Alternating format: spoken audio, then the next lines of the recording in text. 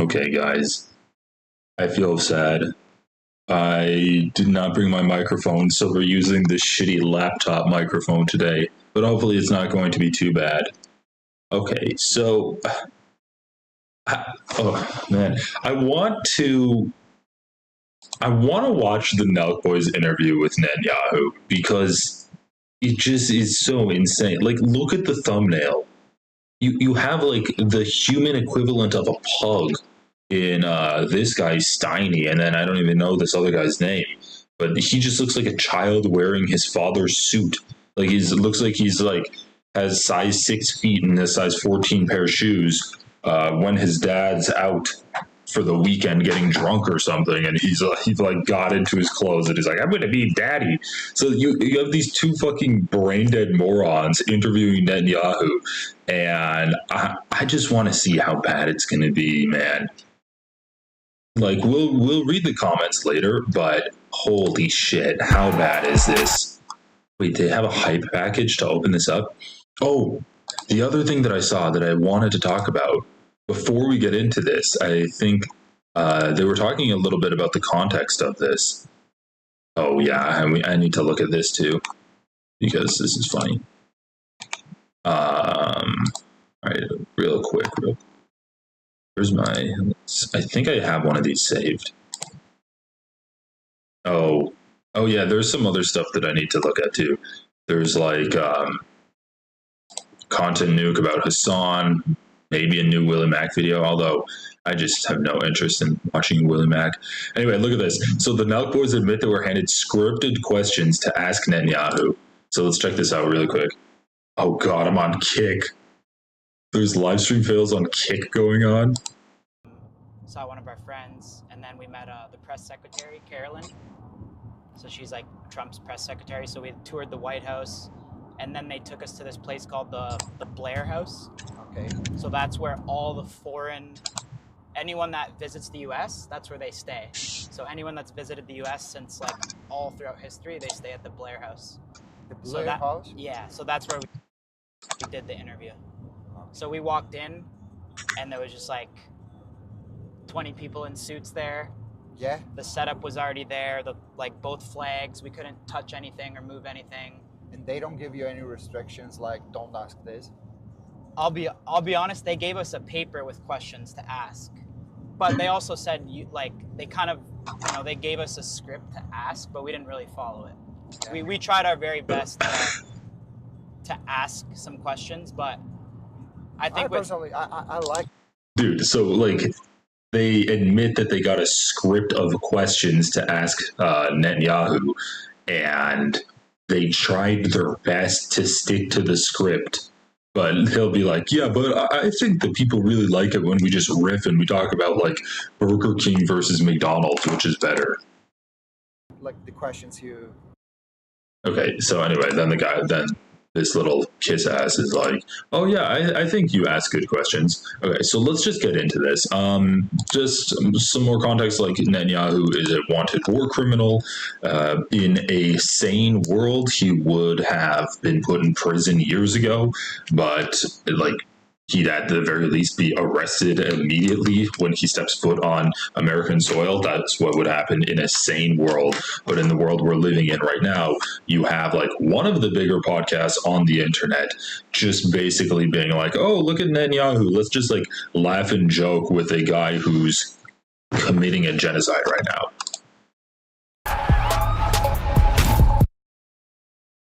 Dude, these fucking guys.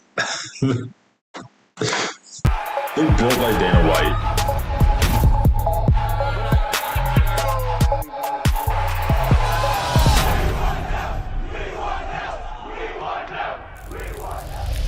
Before we get into it, if you guys have not tried out the Prize Picks app, you guys gotta try it out. You guys know me and... Dude can't even maintain eye contact with the camera while he's doing an ad read. Let's get into this podcast. Hey, what's going on? The podcast was filmed on July 8th. Any current event that occurred afterward will obviously not be covered. Bro, you didn't cover current events that happened before the podcast was recorded.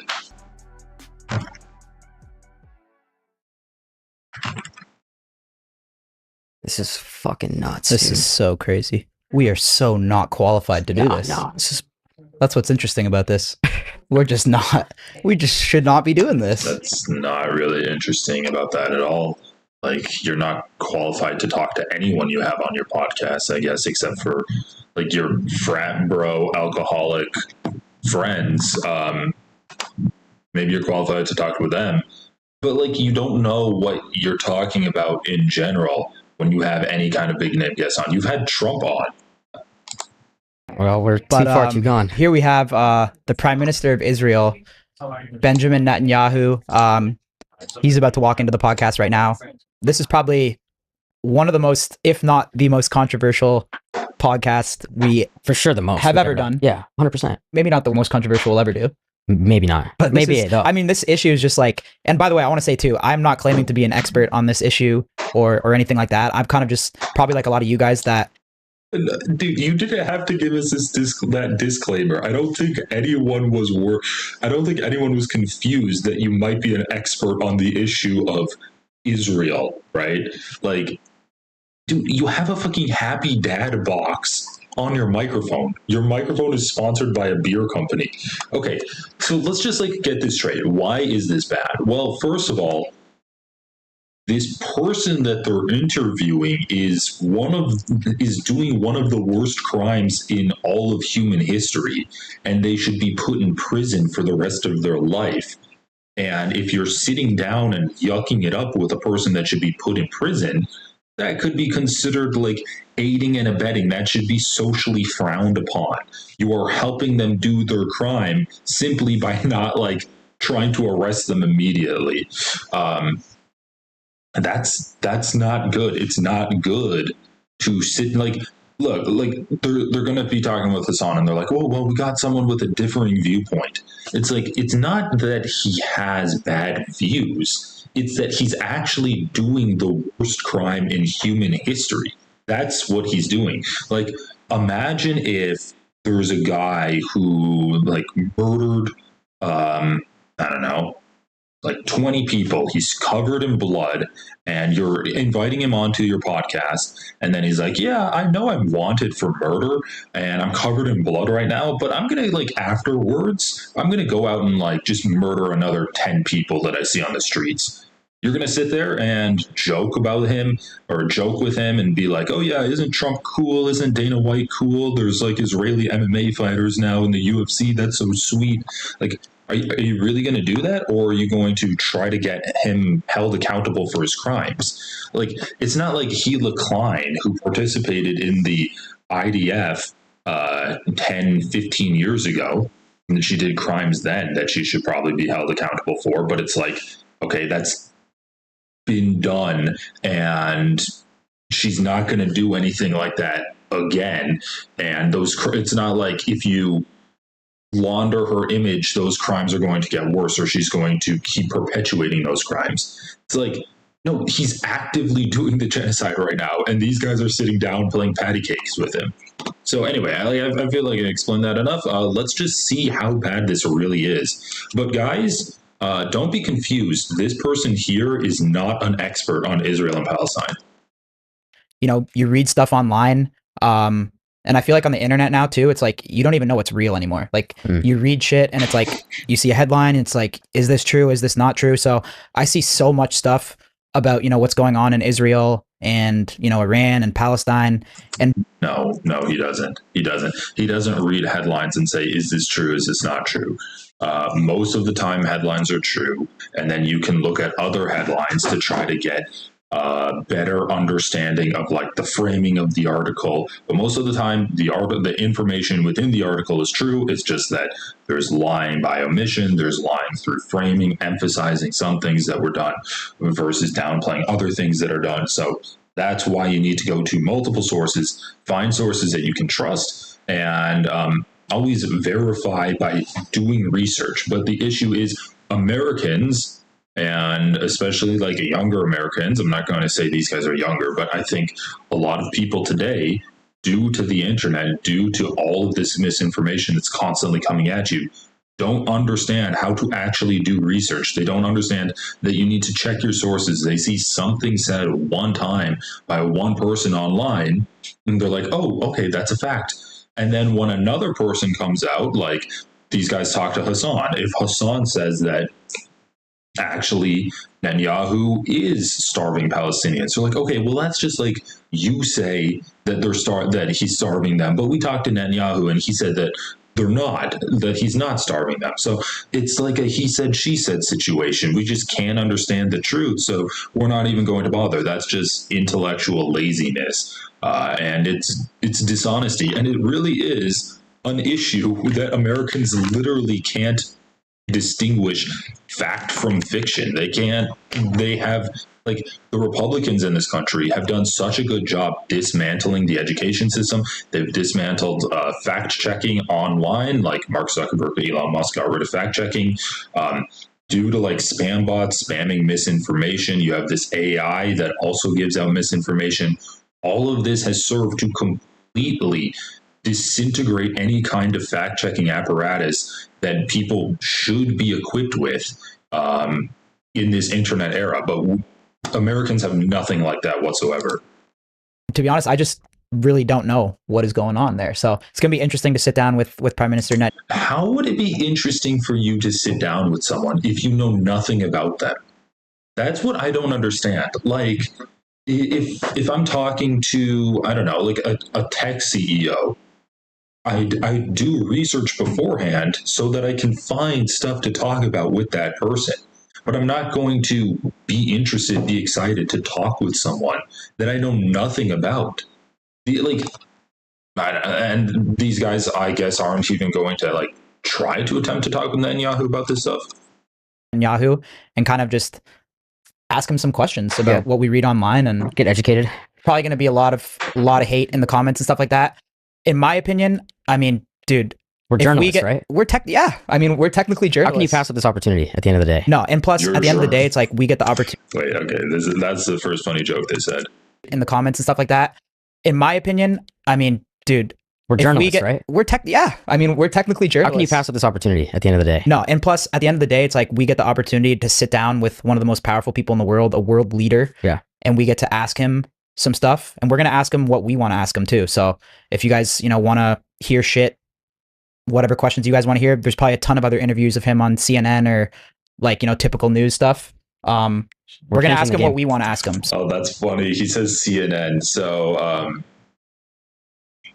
that was going to be my thesis in this is that these guys are CNN. And we'll probably get into it more when we're talking, because I do want to cover their conversation with Hasan a little bit, but basically they're like, no, we have to ask stupid questions so that we can maintain our access to powerful figures like Netanyahu and like Trump, so that we can keep getting more powerful figures on.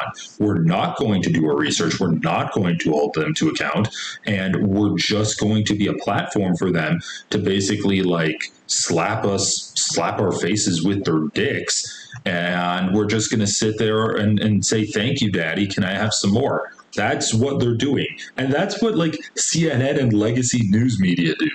They maintain relationships with powerful people so that they can still get access to those people, so they can get inside information. They can get like they're going to be the first ones that government officials come to with a story, with any kind of leaks or anything like that. They're always going to be available for interviews and stuff if you maintain a relationship with them, if you don't press them too hard, if you toe the line and say the government propaganda that the government is pushing. These guys are effectively state media now. Like, the idea that they're independent media is laughable.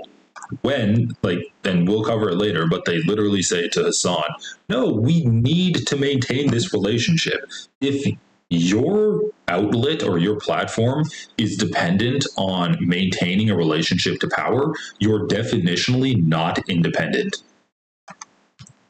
Hey, Meow's happy to have you here. Yeah, but they're not journalists. I thought that was a joke. Maybe they were serious, though. So to me, this is crazy. Like how far we've come, and we're get to sit down with world leaders. Yeah, it's fucking insane. So. Yeah, I mean, for any backlash, this is just an opportunity. Again, you can't really pass up. I don't see it like Yeah, you can. You can definitely pass up an opportunity to interview the prime minister of a country, especially especially a person that should be in prison right now. There's no one else doing this. Yeah, I don't give a shit. I'll sit down with any world leader in the world. I agree. I mean, my dream guest is Kim Jong-un. Both So of Kim ours. Jong-un, if you're watching this, This is kind we'd of like like to come to North Korea and interview you. All I as can think well. about is the interview when we're doing I'm this. so down to pull up to Moscow and interview Putin too. Yeah, we'll do everybody. This is what sets off podcasts. You could put a small microphone here. I mean, they just get a little joy out of being like, "Oh my God, we're like in a, we're interviewing someone important." Yeah, I guess that's like cool for them. But no, you have to see this thing, right? Yeah, Prime Minister Netanyahu with us today. We're here in the Blair House. Yep. Right? Is this the White House grounds? Close. Close. It's the sort of the official guest house of the United States. How have you seen like the White House and stuff? Like, how has it evolved over the years, over the times of? What the fuck, dude? That's their first question. Once again, like, look, when, but like, how can you pass up an opportunity to talk to someone like this? And when most people say that, like, there's the classic, "Oh, if you could have dinner with anyone, who would you have dinner with?" And it'd be like, I don't know, my favorite comedian. I'd have dinner with, I'd have dinner with Bill Burr. That'd be hilarious. Larry David would be so funny to have dinner with. Like, that's the classic thing, right? And it's the assumption there is that it's for your own personal enjoyment. But these guys, they just want to interview these famous controversial figures for the clout. They don't like, they're like, "Oh, we're journalists, right? I know nothing about this." They have no interest at all in talking to Netanyahu. This is what I was saying with the tech CEO example I gave. I would have no interest in talking to a tech CEO, but they are just doing it so that they can get a lot of views on their podcast. It's like, this is going to be the most controversial episode yet. How do we know that they don't give a fuck about actually talking to Netanyahu? Well, he's the leader of a country, and the first question they ask him is, how has the White House changed over the years? That's the first question. They have nothing. They have no interest. All they're good at doing is blathering on and on with inane drivel. Like, maybe that was one of the questions they were given by the State Department to ask him. One of the list of questions, but I doubt it. You visiting it? I've met quite a few of the American presidents because I've been in office pretty long time. Not because we don't have elections, but because I've won quite a few of them, okay? Yeah, I was going to say, that's not a good thing, Netanyahu. That's like a sign of your corruption that you've been in office for that long. Didn't Netanyahu just recently try to get out of a corruption hearing by bombing Syria? Netanyahu corruption trial postponed. Yeah, what is this? July 1st. Remember, this was filmed on July 8th. Benjamin Netanyahu corruption trial delayed on diplomatic and security grounds. The Israeli court's decision to cancel this week's hearing in the long-running trial came after Donald Trump said the case should be thrown out. So, following the explanations given, we will partially accept the request and cancel at this stage Mr. Netanyahu's hearing scheduled.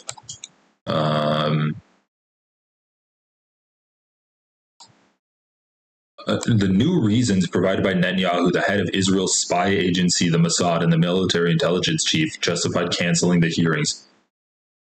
What were the reasons? So anyway, he was indicted in 2019 on charges of bribery, fraud, and breach of trust. In one of the cases, he and his wife Sarah are accused of accepting more than $260,000 worth of luxury goods. I mean, he's just like one of the most corrupt, slimy politicians there is. Just constantly starting new wars to maintain power. Like, the whole reason why they're still genociding Gaza is because Netanyahu wants to maintain that far-right war coalition cabinet that he's built. And he just bombed Syria to get out of this trial. Let's see. Bombing Syria. Trump's team frets about Netanyahu after Syria strikes.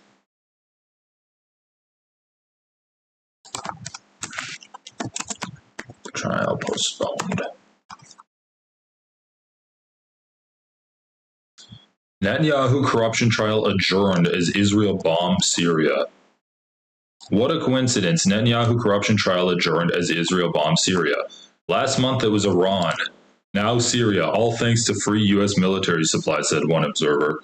So Benjamin Netanyahu's testimony in his criminal corruption trial was cut short Wednesday as Israeli airstrikes pounded Damascus, the Syrian capital, despite considerable efforts by that country's rulers to appease Israel.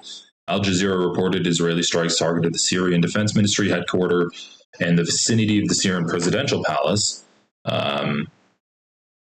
So Israel Defense Minister Israel Katz said on the social media X that warnings in Damascus have ended. Now painful blows will come. So they're just bombing Syria. And what a coincidence. The timing of Wednesday's strikes raised eyebrows, especially given Syrian President Ahmed al-Shara's painstaking efforts to avoid conflict with Israel. These include not retaliating Israeli airstrikes in Syria since last year, cutting off arms supplies lines to Hezbollah. So they're trying to be peaceful here with Israel. As was the case with Israel's June bombing of Iran and alleged stonewalling of an agreement to end the Gaza war and secure the return of Israeli and other hostages held by Hamas, numerous observers accused Netanyahu of bombing yet another country in a bid to stay in power by forestalling a reckoning in his 3 cases of alleged criminal bribery, fraud, and breach of trust. If fully convicted, the prime minister faces up to 10 years behind bars.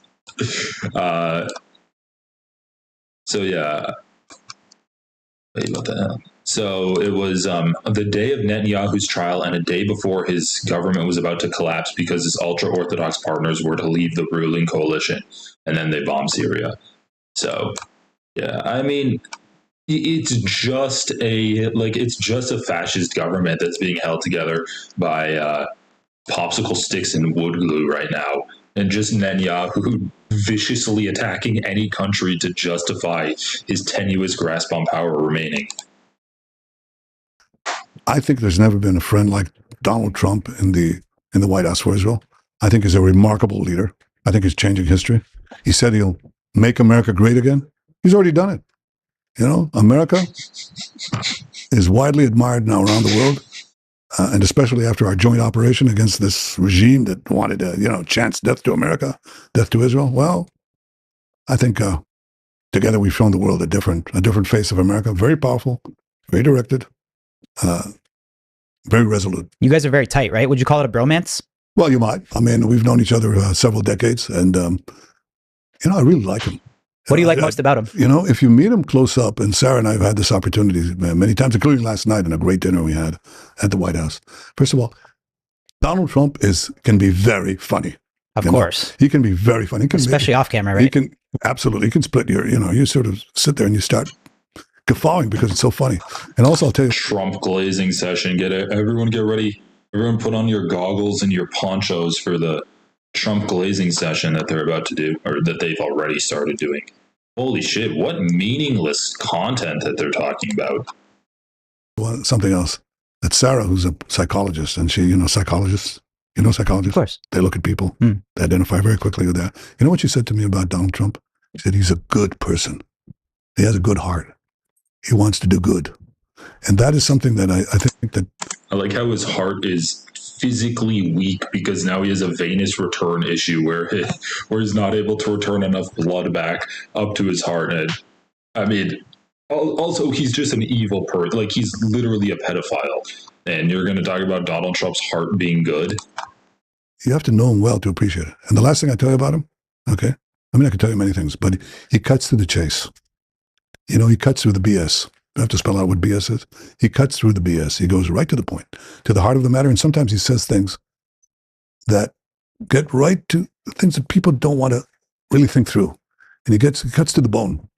And that is an amazing quality because it lets you focus on the things that are important. So it's been an incredible partnership, both personally, but also for our 2 nations. Did you have any type of relationship with Biden? Not the same. I've known Biden for, 40 years? Almost as long. Well, both of them. Over the decades, it was a different relationship. It was a friendship, but also it evolved into, how shall I say this? Severe disagreements. And with Donald Trump, we've had Oh, wow. Great journalistic follow-up question. What are the severe disagreements you had with Biden? And powerful agreements. And where there's no daylight between an American president and an Israeli prime minister, amazing things can happen. Like our common enemies who chant death to Israel, death to America, and want to develop atomic bombs and the means to deliver them to this city and to every part of America. All of a sudden, they're not so intimidating. All of a sudden, we can defeat them. All of a sudden, you can use these brave American pilots who come from around the world, drop it right over the bunker, and help us. Oh my God. I'm actually like shuddering from listening to this man talk. It's just like the amount of purely condensed evil within him is off the charts. Like, some people are evil, but not every single sentence out of their mouth is something evil and wrong. And god damn, Netanyahu's hitting that like 5, 10, 20 point combo right now. And the amazing feats of our soldiers and pilots. That's an amazing thing. It's good for America. It's good for the security of every single American. How do you feel about the Americans' opinion on Israel right now? Well, look, I think the broad segments of the American public support Israel. Why does this feel like it's a larger conversation chopped up and into like little soundbite clips that they sewed together? But I'm concerned that the young people in America, some of them are getting the wrong picture of Israel, vilification, demonization. You can feed them a lot of lies. So the only way you can fight lies is with the truth. How do you fight lies? You tell the truth. And you have to tell it as often and as, intensely as the lies that are leveled against you. And that requires an effort. It's like another battlefield, you know? Mm. And I'm doing this podcast, among other things, to reach young people. Of course. You guys are pretty young. I mean, 30 years old. 30. Oh yeah, I'm doing this podcast to get to your audience. Well, thanks for just coming right out and saying it, dude. Dude, look at his fucking evil grin. He knows he's sitting across from two just troglodytes, and he's just can completely spin them like a top. He just has full control over the situation. He's hiding his power level. He really is. That's young. Yeah. What do you think the biggest misconceptions are about Israel? Well, first of all, they don't know what kind of an open society it is, how pluralistic. I mean, we live in the heart of the Middle East, okay? Iran is not that far away. In Iran, they hang gays by cranes. In Israel, probably Tel Aviv is one of the, the most open, liberal-minded city on earth. Israel is a high. We visited there, yeah. No, it's completely different. Our assistant's gay too. He had a good time. Well, you can vouch. Yeah, no, he had. Yeah, you can ban gay people from living in your neighborhoods in Israel. I wouldn't call it really like I wouldn't call it a symbol of acceptance and LGBTQ positivity. So, I mean, look at that. How about women? Okay. Women in Iran, they shoot the women. They shot this extraordinarily brave and beautiful woman, shot on the sidewalk. Because doesn't have her fucking name. Why would he remember the name of an anecdote he's using? It's an Iranian, right? Because she showed too much hair. In Israel, women are, you know what women, I'll tell you what the difference is, okay? So I had this young... is he going to pull out the Gila Klein line? In Iran, women can't do war crimes, but in Israel, they are the ones doing the war crimes. Is that what he's going to talk about? In Israel, women have the opportunity to do war crimes and kill civilians. Women officer in my military secretariat. The prime minister has military secretariat. And usually has a general look like a Sith Lord. He actually would be a great Sith Lord. Staff assistants. One of the staff assistants was this young woman pilot, navigator, on leave from the Air Force to do this work in the prime minister's office. You know what she did now? She was flying over the skies of Tehran, Dude, he is doing it. Holy shit. Why can Israelis not stop themselves from being like, or Zionists, I guess, because there are non-Zionist Israelis. Why can Zionists not stop themselves from saying, in Iran, women have to wear hijabs, but in Israel, they get to do war crimes? Why is that the first thing that you talk about when you're talking about like women equality? You're not going to talk about a female prime minister that you had, female Supreme Court justices, the percentage of women in academia in Israel. No, you're going to say that they can bomb innocent civilians? That's what you're going to say? Attacking this horrible regime that tyrannizes the women in Tehran. That's a difference. The women there get shot on the sidewalk, and an Israeli woman pilot helps liberate Iran. Liberate Iran? Dude, they killed like 300 civilians in Iran. And holy shit. I need to look this up. How many civilians in Iran died? It'll probably be like the next. Israeli strikes kill civilians across Iran. 224 people have been killed, nearly 2,000 injured. Casualties of the Iran-Israel war. Okay, this is June 23rd, 2025. OHCHR, United Nations Human Rights. Iran, UN fact-finding mission, special rapporteur called for civilian protection and respect for human rights as Israeli attacks cause extensive suffering. Extensive liberation. I thought that's what it was. So, civilians enduring sleepless nights as air raid sirens sound and children unable to attend school. Entire communities are facing psychological strain, with many forced to abandon their homes and seek shelter elsewhere. As of June 21st, Iran's Ministry of Health and Medicine Education reported that at least 400 people have been killed, including at least 54 women and children, with over 3,056 injured in hospitals and residential areas among the locations hit. Hospitals and residential areas were among the locations hit. Human rights organizations have reported higher tolls, with at least 865 killed and 3,396 injured. So anywhere between 400 people and 865 people were killed by Israel's bombings. And Netanyahu's going to be like, in Iran, they shoot one woman for not wearing a hijab. But in Israel, women get to kill almost 1,000 civilians, and that's an example of gender equality. What the fuck, dude? Like, it's predictable, but it's still just disgusting. Like, it's such a tired old line. That's a big difference. And that's true of everything. It's true of nightlife. It's true of the startup nation, the incredible ingenuity and entrepreneurship, incredible freedom. Israel is a paragon of freedom in an area that doesn't exactly enjoy freedom. And to have young Americans march and support these mass rapists, these people who beheaded men, who burnt babies alive. I'm talking about the Hamas monsters. Is that their ideal? They know nothing. I mean, they don't know what they're talking about. And I want to bring that truth to them. Yeah, and if you criticize Israel's genocide, you're supporting mass rapists. Once again, mass rape has not been proven by any kind of investigation whatsoever. So Israel is a great free society and the best partner that America has anywhere. On Great earth. people there for sure. When we visited, everyone was so welcoming and people were inviting us over for dinner and stuff. But I see, like, that's the thing too. I'm not claiming to be an expert too, but I'll just read stuff on like X, and like people will say like Israel's.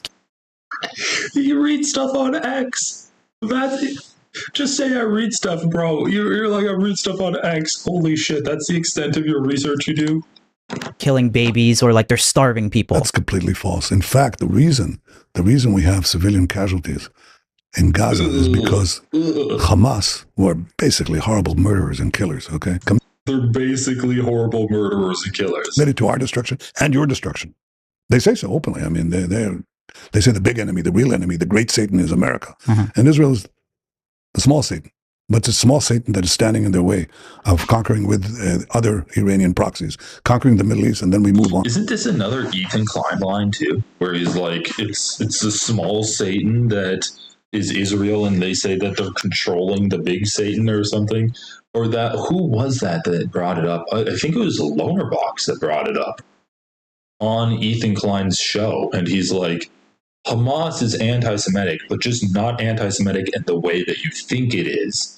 Or they're like, they can never admit that Israel is doing stuff by itself. I don't know, some kind of ridiculous like anti-Semitic conspiracy that Lonerbox brought up on this show, and he's to try to say that Hamas is uniquely anti-Semitic and evil and stuff like that.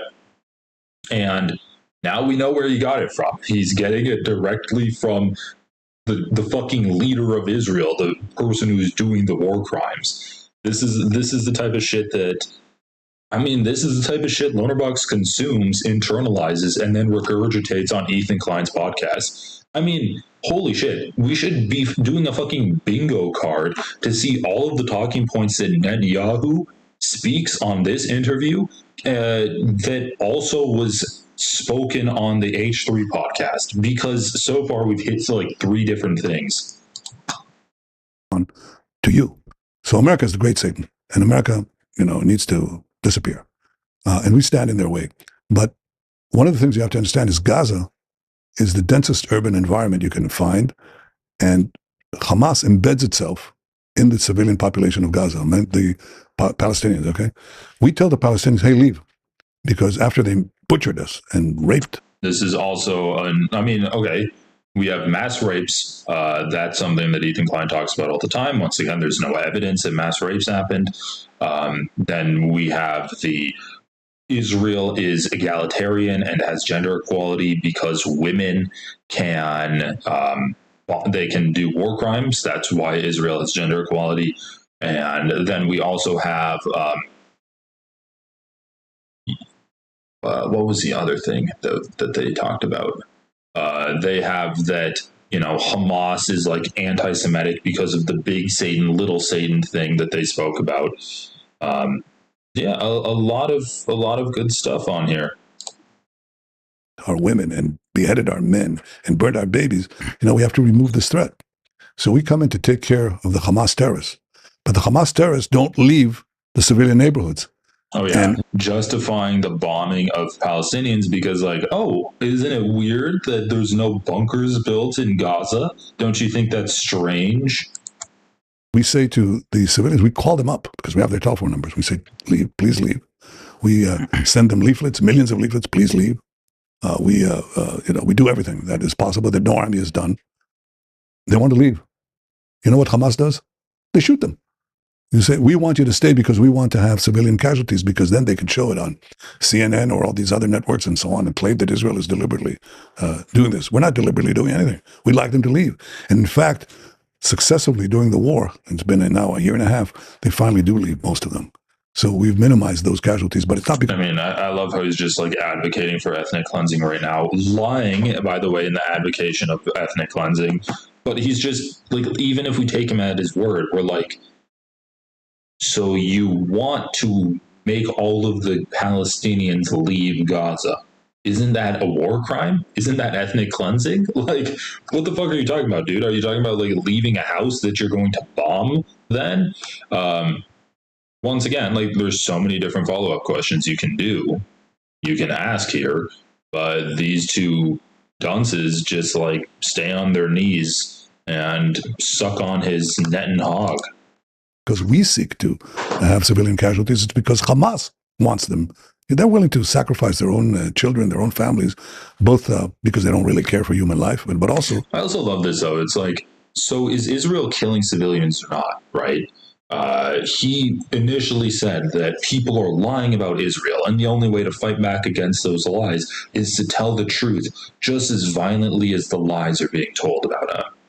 But you are admitting that Israel's bombing civilians, they're bombing innocent people in Gaza. You are admitting that right now. Oh, well, we tell them to leave, but they're not leaving, so they just get bombed. Well, you could not bomb them. Is it a lie that you're bombing them, or is that the truth? He's just being we're bombing them, and the goal is to get them to leave either way. So either they're dead or they leave. Either way, we're good with that. Because they think it's very good propaganda against us. And if they just let them leave the war zone, get to the safe parts, safe havens that we've created in Gaza, no one would be hurt. And the minute Hamas lays down its arms, surrenders, maybe we let them leave Gaza, that's the end of the war. No one gets hurt. What would your message be to Palestinians that just want to have a peaceful life? Get rid of Hamas. Help us get rid of Hamas. They torment you. They oppress you. They shoot you in the back of the head. If you want to leave the war zone, they kill you. And if you say a word in protest, they'll kill you. If you're gay, you're in bad shape, really bad shape. Oh yeah, that was another line that Ethan Klein brings up. The Hamas throws gay people off the roofs. Just once again, like, oh, if a Palestinian wants to live in peace, blame Hamas for it when Israel is the one killing them all. Like, make it make sense, dude. You could just also stop bombing, and that would achieve effectively the same results. And if you are a woman, you're chattel, you're nothing. Your property. That's the opposite of everything we believe in. We, I say, it's not only Israel, it's you. So we're the same. How do you respond to, like, I'd say there's a lot of American support from the females, from the gays towards Palestine. So how does that make any sense? That's, gays for God. How does it make any sense? Maybe because gay people know what it's like to be persecuted, and so they are active against persecution that our country is funding. Like, they're in favor of justice for people and against, like, hate crimes and genocide. Maybe that's why? Dude, holy shit. The one fucking question that these people have, and they're like, wow, Mr. Netanyahu, you say that Hamas hates gays, but there's a lot of gays in America that love Hamas. Is like chickens for KFC. I mean, that's insane. The whole thing is absurd. What? How does that make any sense? That's, gays for Gaza is like chickens for KFC. I mean, that's insane. Ew. He's such a gross person. Gays for Gaza is like chickens for KFC. Like, fine. So how does that make any sense? That's, gays for Gaza is like chickens for KFC. I mean, once again, we all know this man is genocidal, but I thought Hamas was the group that was against the gays, right? I thought you said that if a Palestinian in Gaza wants to have a peaceful life, they should fight against Hamas, because that's the only reason that you're bombing them, right? But now you're saying gays for Gaza. The entire region is like chickens for KFC. So he doesn't actually hold the distinction between Hamas and Gaza. And we all know this. We already all know this. But the thing is, these guys are stupid. They know nothing about the conflict at all. But if they were smart, they'd be able to pick up on some of these discrepancies and be like, okay, but I thought you said Hamas was the bad thing. Why are you saying gays for Gaza is like chickens for KFC? Like, if these people were any bit intelligent at all, they could pick apart what he's saying, even knowing nothing about the conflict whatsoever. But they're dumb as bricks, and they push this American propaganda too. They push this fascist regime propaganda also, because once again, they need to maintain a connection with this power. So they have to push his propaganda. I mean, that's insane. The whole thing is absurd. Chickens for KFC, right? Gays for Gaza, or, women for the women of Gaza. What are you talking about? They're completely subjugated. They've got this death cult that is contaminated. So you can push this stuff on TikTok or whatever on the stuff, but you can't build peace or security on the rocks. They'll crash. I mean, these things will crash on the rocks of Middle Eastern realities. You can only build peace on truth and reality, not on deliberate, falsified fantasy. Why do they say Israel's like starving the people of Gaza? Well, because we're trying to get the food in, and we let food trucks in, and guess what happens when we let them in? God. Hamas steals the food, takes the good chunk for itself, then sells it. Literally funding ISIS-linked groups to steal food. He's literally funding them and giving them weapons. Roaming gangs in Gaza. He's funding them, giving them weapons, telling them to steal the food. I mean, holy shit, this guy is such a monster. Inflated prices. They jack up the prices, and then they sell the food to its population, to its hungry population, if they give them at all, and then use the money that they take from their own people to recruit more killers into their terror machine. That's what happens. Why are more Palestinians not siding with Israel against Hamas then? Well, up to now they've been terrorized, but guess what's happened? Since we're beating Hamas, all of a sudden we see Palestinians rising. You have to see this to believe this, okay? and they say to Hamas, hey, you're not coming into my building. You can't use my school or this hospital as your command post.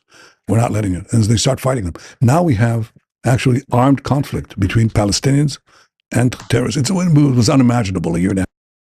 Once again, he's funding terrorist groups that have links to ISIS, giving them weapons, giving them money, telling them to fight Hamas and steal food from Hamas. That's what. But now there are Palestinians who rise up, and the more he's funding extremist groups. He's funding a guy like this guy. Okay, let's just look at this real quick. Like, he was in prison. He was in prison for rape and being a gangster. And he was released from prison so that he wouldn't get bombed, because Israel's bombing everything. Okay, wait, what is this? Or up against? Oh yeah, Epstein and Trump.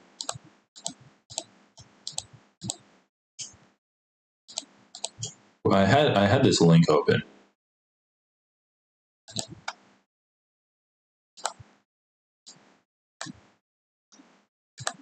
Israel trained and armed an ISIS-linked Gazan militia.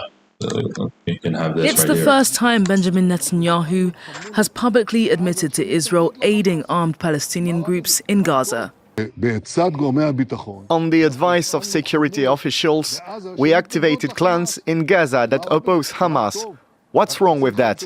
This is only good and saves the lives of IDF soldiers. Local media is reporting that We've activated clans to oppose Gaza. Okay, so anyway, yeah, popular forces believe it to be a relatively small armed group based in southern Gaza in the city of Rafah. It has been accused of looting trucks trying to deliver aid to Gaza's starving population, which its leader reportedly denied. Its leader is where is its leader? The leader of the group is Yasser Abu Shabab. So they're opposed to Hamas, and then they're backed by Israel and thus the US. And if we look at this guy was in fucking prison, and he was released from prison so that he wouldn't get bombed. This group began. So let's take a look at the prison. He was arrested by Hamas on drug trafficking charges and sentenced to 25 years in Asta prison in western Khan Yunis. He escaped prison as it was being bombed by Israel. I think that I read somewhere else that he was actually released. After his escape, he and his followers organized raids to turn the tables on Hamas and take actions to address the humanitarian crisis, basically doing exactly what Netanyahu is accusing Hamas of doing, raiding food trucks and killing Palestinians. Like, it's literally an ISIS-linked group that Netanyahu is funding. better, because we can create a different future for Gaza. And we should also do something very simple that President Trump said, and it was brilliant. So that's my idea. That's how he cuts to the chase. He says, at the end of this war, the people of Gaza should have the choice. If they want to leave for other countries, they want a freedom of choice. Why are they locked in? Hell, we're not locking them in. Anybody could leave, but Hamas is locking them in. So, bro, if it's a country, that the people can leave the country. Like, being like, oh, we'll give them the choice. You're just setting the groundwork for ethnic cleansing. Suppose they want to leave. They want to go to another country, okay? Why shouldn't they have the freedom of choice to do that? Because this is all upside down, The victim of this horrible terrorism is called the aggressor. The people who are oppressed by Hamas are seen as supporting Hamas. Give them a choice. Give them freedom. Give them a life and give them a future. They can't have that with these Hamas stormtroopers.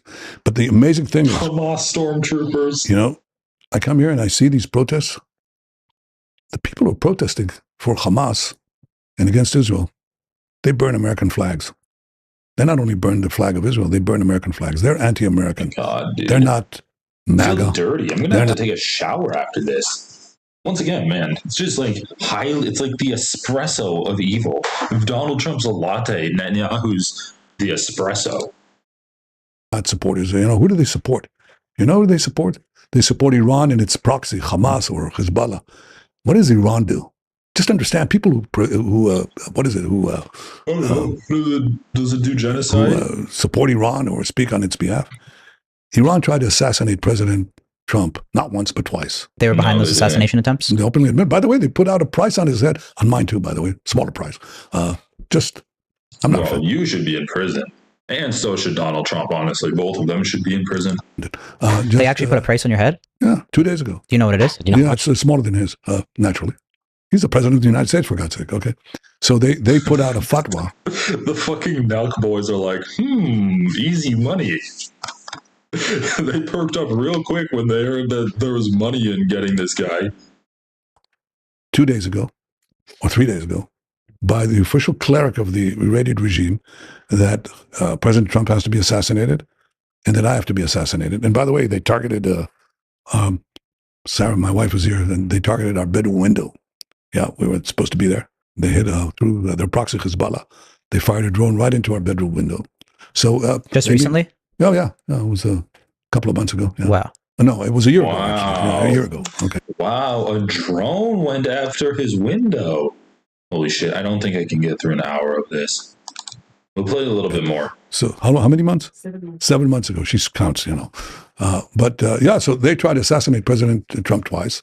They've killed and injured thousands of Americans in Iraq and Afghanistan. They bombed American embassies. They murdered 241 Marines in Beirut. They chant death to America, death to Israel. Oh my God! They chant. They're out to get America. They were building atomic bombs and intercontinental ballistic missiles. That's their plan to reach America.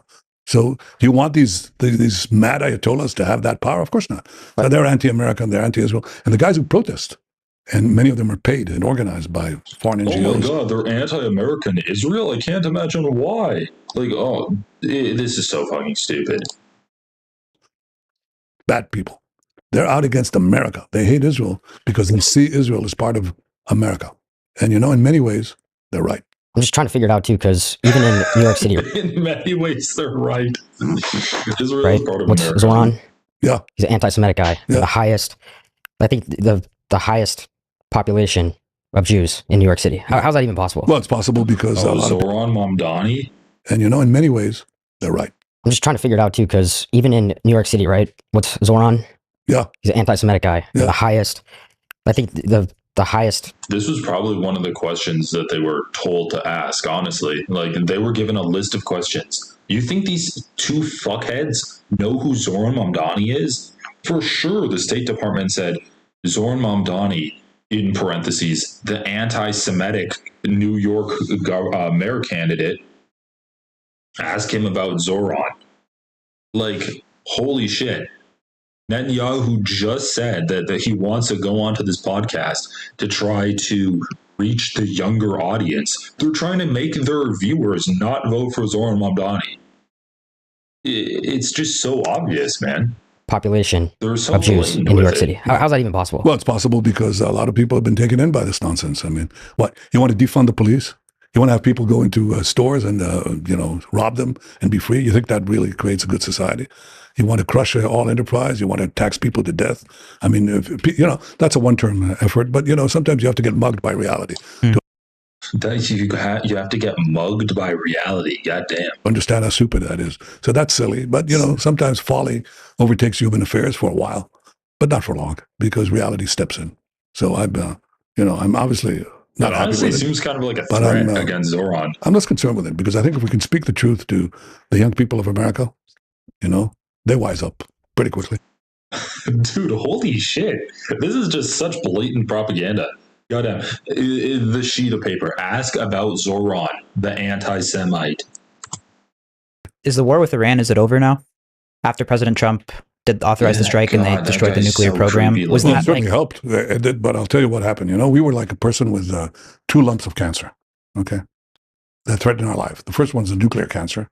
Would have taken them within a year, they would have had atomic bombs, which they openly declared in the tyrants of Tehran. They said, we're going to destroy Israel, the Jewish state. The other threat that we have. Once again, there was no evidence that Iran was pursuing a nuclear program. Absolutely zero evidence of that whatsoever. Another lump Or of a cancer nuclear weapons was program. these ballistic missiles. Now you got to understand, this is like a bus. So with a ton of TNT, okay, explosives, comes down at Mach 8, and boom, just destroys everything inside. Israel is the size of New Jersey, okay? So it's bigger than Rhode Island, but that's about it, you know? It's the size of New Jersey. Now you imagine that you would have 20,000 of these ballistic missiles, these one-ton bombs on New Jersey. So you either get destroyed by atomic bombs or by thousands and thousands of these deadly ballistic missiles. So you think they're still a threat and they want to... Well, we had to act. Yeah. Why do we have to act? Because if you don't remove the cancer, you're going to be dead. Now, if you remove it, as we did, it might come back. That happens in cancer too. But if you don't remove it, you're not going to be there. So we had to act. Dude, it's literally another fucking country. You don't take chemotherapy and just eradicate a country. Ugh. Just skipping forward. This, I just talked to someone, a rabbi, and he says he just heard from his brother, who was in Europe, okay, in one of the countries of Europe, and he says that he's being flooded. You know, they know he's from Israel. All the people are coming and they say, "You did this amazing thing for all of us." Okay, the Chancellor of Germany said Israel did the work for all of us. The new Chancellor of Germany. Okay, I hear, you know, they had the G7. The president told me they were all going crazy. I mean, you know, in a positive way, because we liberated them. Because those Iranian missiles were geared at Europe too, and ultimately at America with nuclear warheads. So we had the guts to do this, and you know, the propaganda is there. They didn't have nuclear warheads. I don't deny it, but people also have, you know, sometimes the truth beckons. And what Israel did with President Trump is safeguard free societies from a menace. I mean, this Iranian regime hangs gays from cranes, shoots women on the sidewalk. Ugh, dude, don't talk about the crimes that Iran does, man. Like, holy shit, you've killed hundreds of thousands of Palestinians. You're doing an ethnic cleansing in the West Bank. You're annexing southern Lebanon. You're bombing Syria. You're the fucking menace of the world right now. Okay, so I wanted to look it up, but we'll just find a clip about this. Netanyahu, McDonald's. See if we can find this. Netanyahu, McDonald's. Oh shit, we're gonna have to go back there. All right, let's watch this.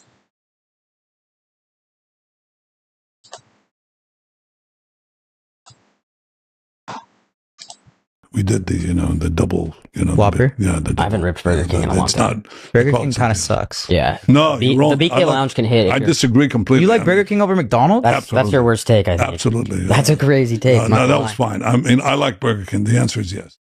What's your go-to at McDonald's? No, I'll tell you, Burger King. We did the double, Whopper? I haven't ripped Burger King in a long time. Burger King kind of sucks. Yeah. No, you're wrong. The BK Lounge can hit. I disagree completely. You like Burger King over McDonald's? That's your worst. Shivers, man, shivers. Oh yeah, I was gonna read the comments. Nelk, Waze, and Yahoo. Let's take a look at some of the comments on here, and then we'll move on. I just could not get through that. I mean, just every word out of his mouth, genocidal lie, man. Every single word. This was pitched to Netanyahu like this. Don't worry, these guys are idiots. You can use their platform to push whatever propaganda you want, and they won't push back on anything. You didn't question him once. This is crazy. I miss when YouTube used to show dislikes. For those curious, it currently stands at 32K likes, 155K dislikes. All right, let's go. Doing my job, doing my part. You're basically interviewing modern Hitler, and he starts off talking about how proud he is of committing war crimes. Zero pushback. You literally just let a war criminal talk freely for an hour to millions of fans. Just horrible, horrible. You guys are truly... Looking at all these comments, I'm glad we're all on the same page. Shoeonhead replied, he used these guys because he knew they were in over their heads. Just another evil, pathetic tactic by our greatest ally. Holy shit, this is insane. A war criminal, you will be remembered for centuries for this interview. Yeah, so anyway, these guys are stupid, and they are also just like They have no moral issues at all about having a lack of empathy. Like, they just don't care about anything that they're doing. So, like, they don't care about the consequences of their actions at all. Let's watch a little bit about, like, the Hasan reaction with them. Hasan Nelk. Confronting the Nelk boys on the Netanyahu interview. Than people who are actually anti-Semitic.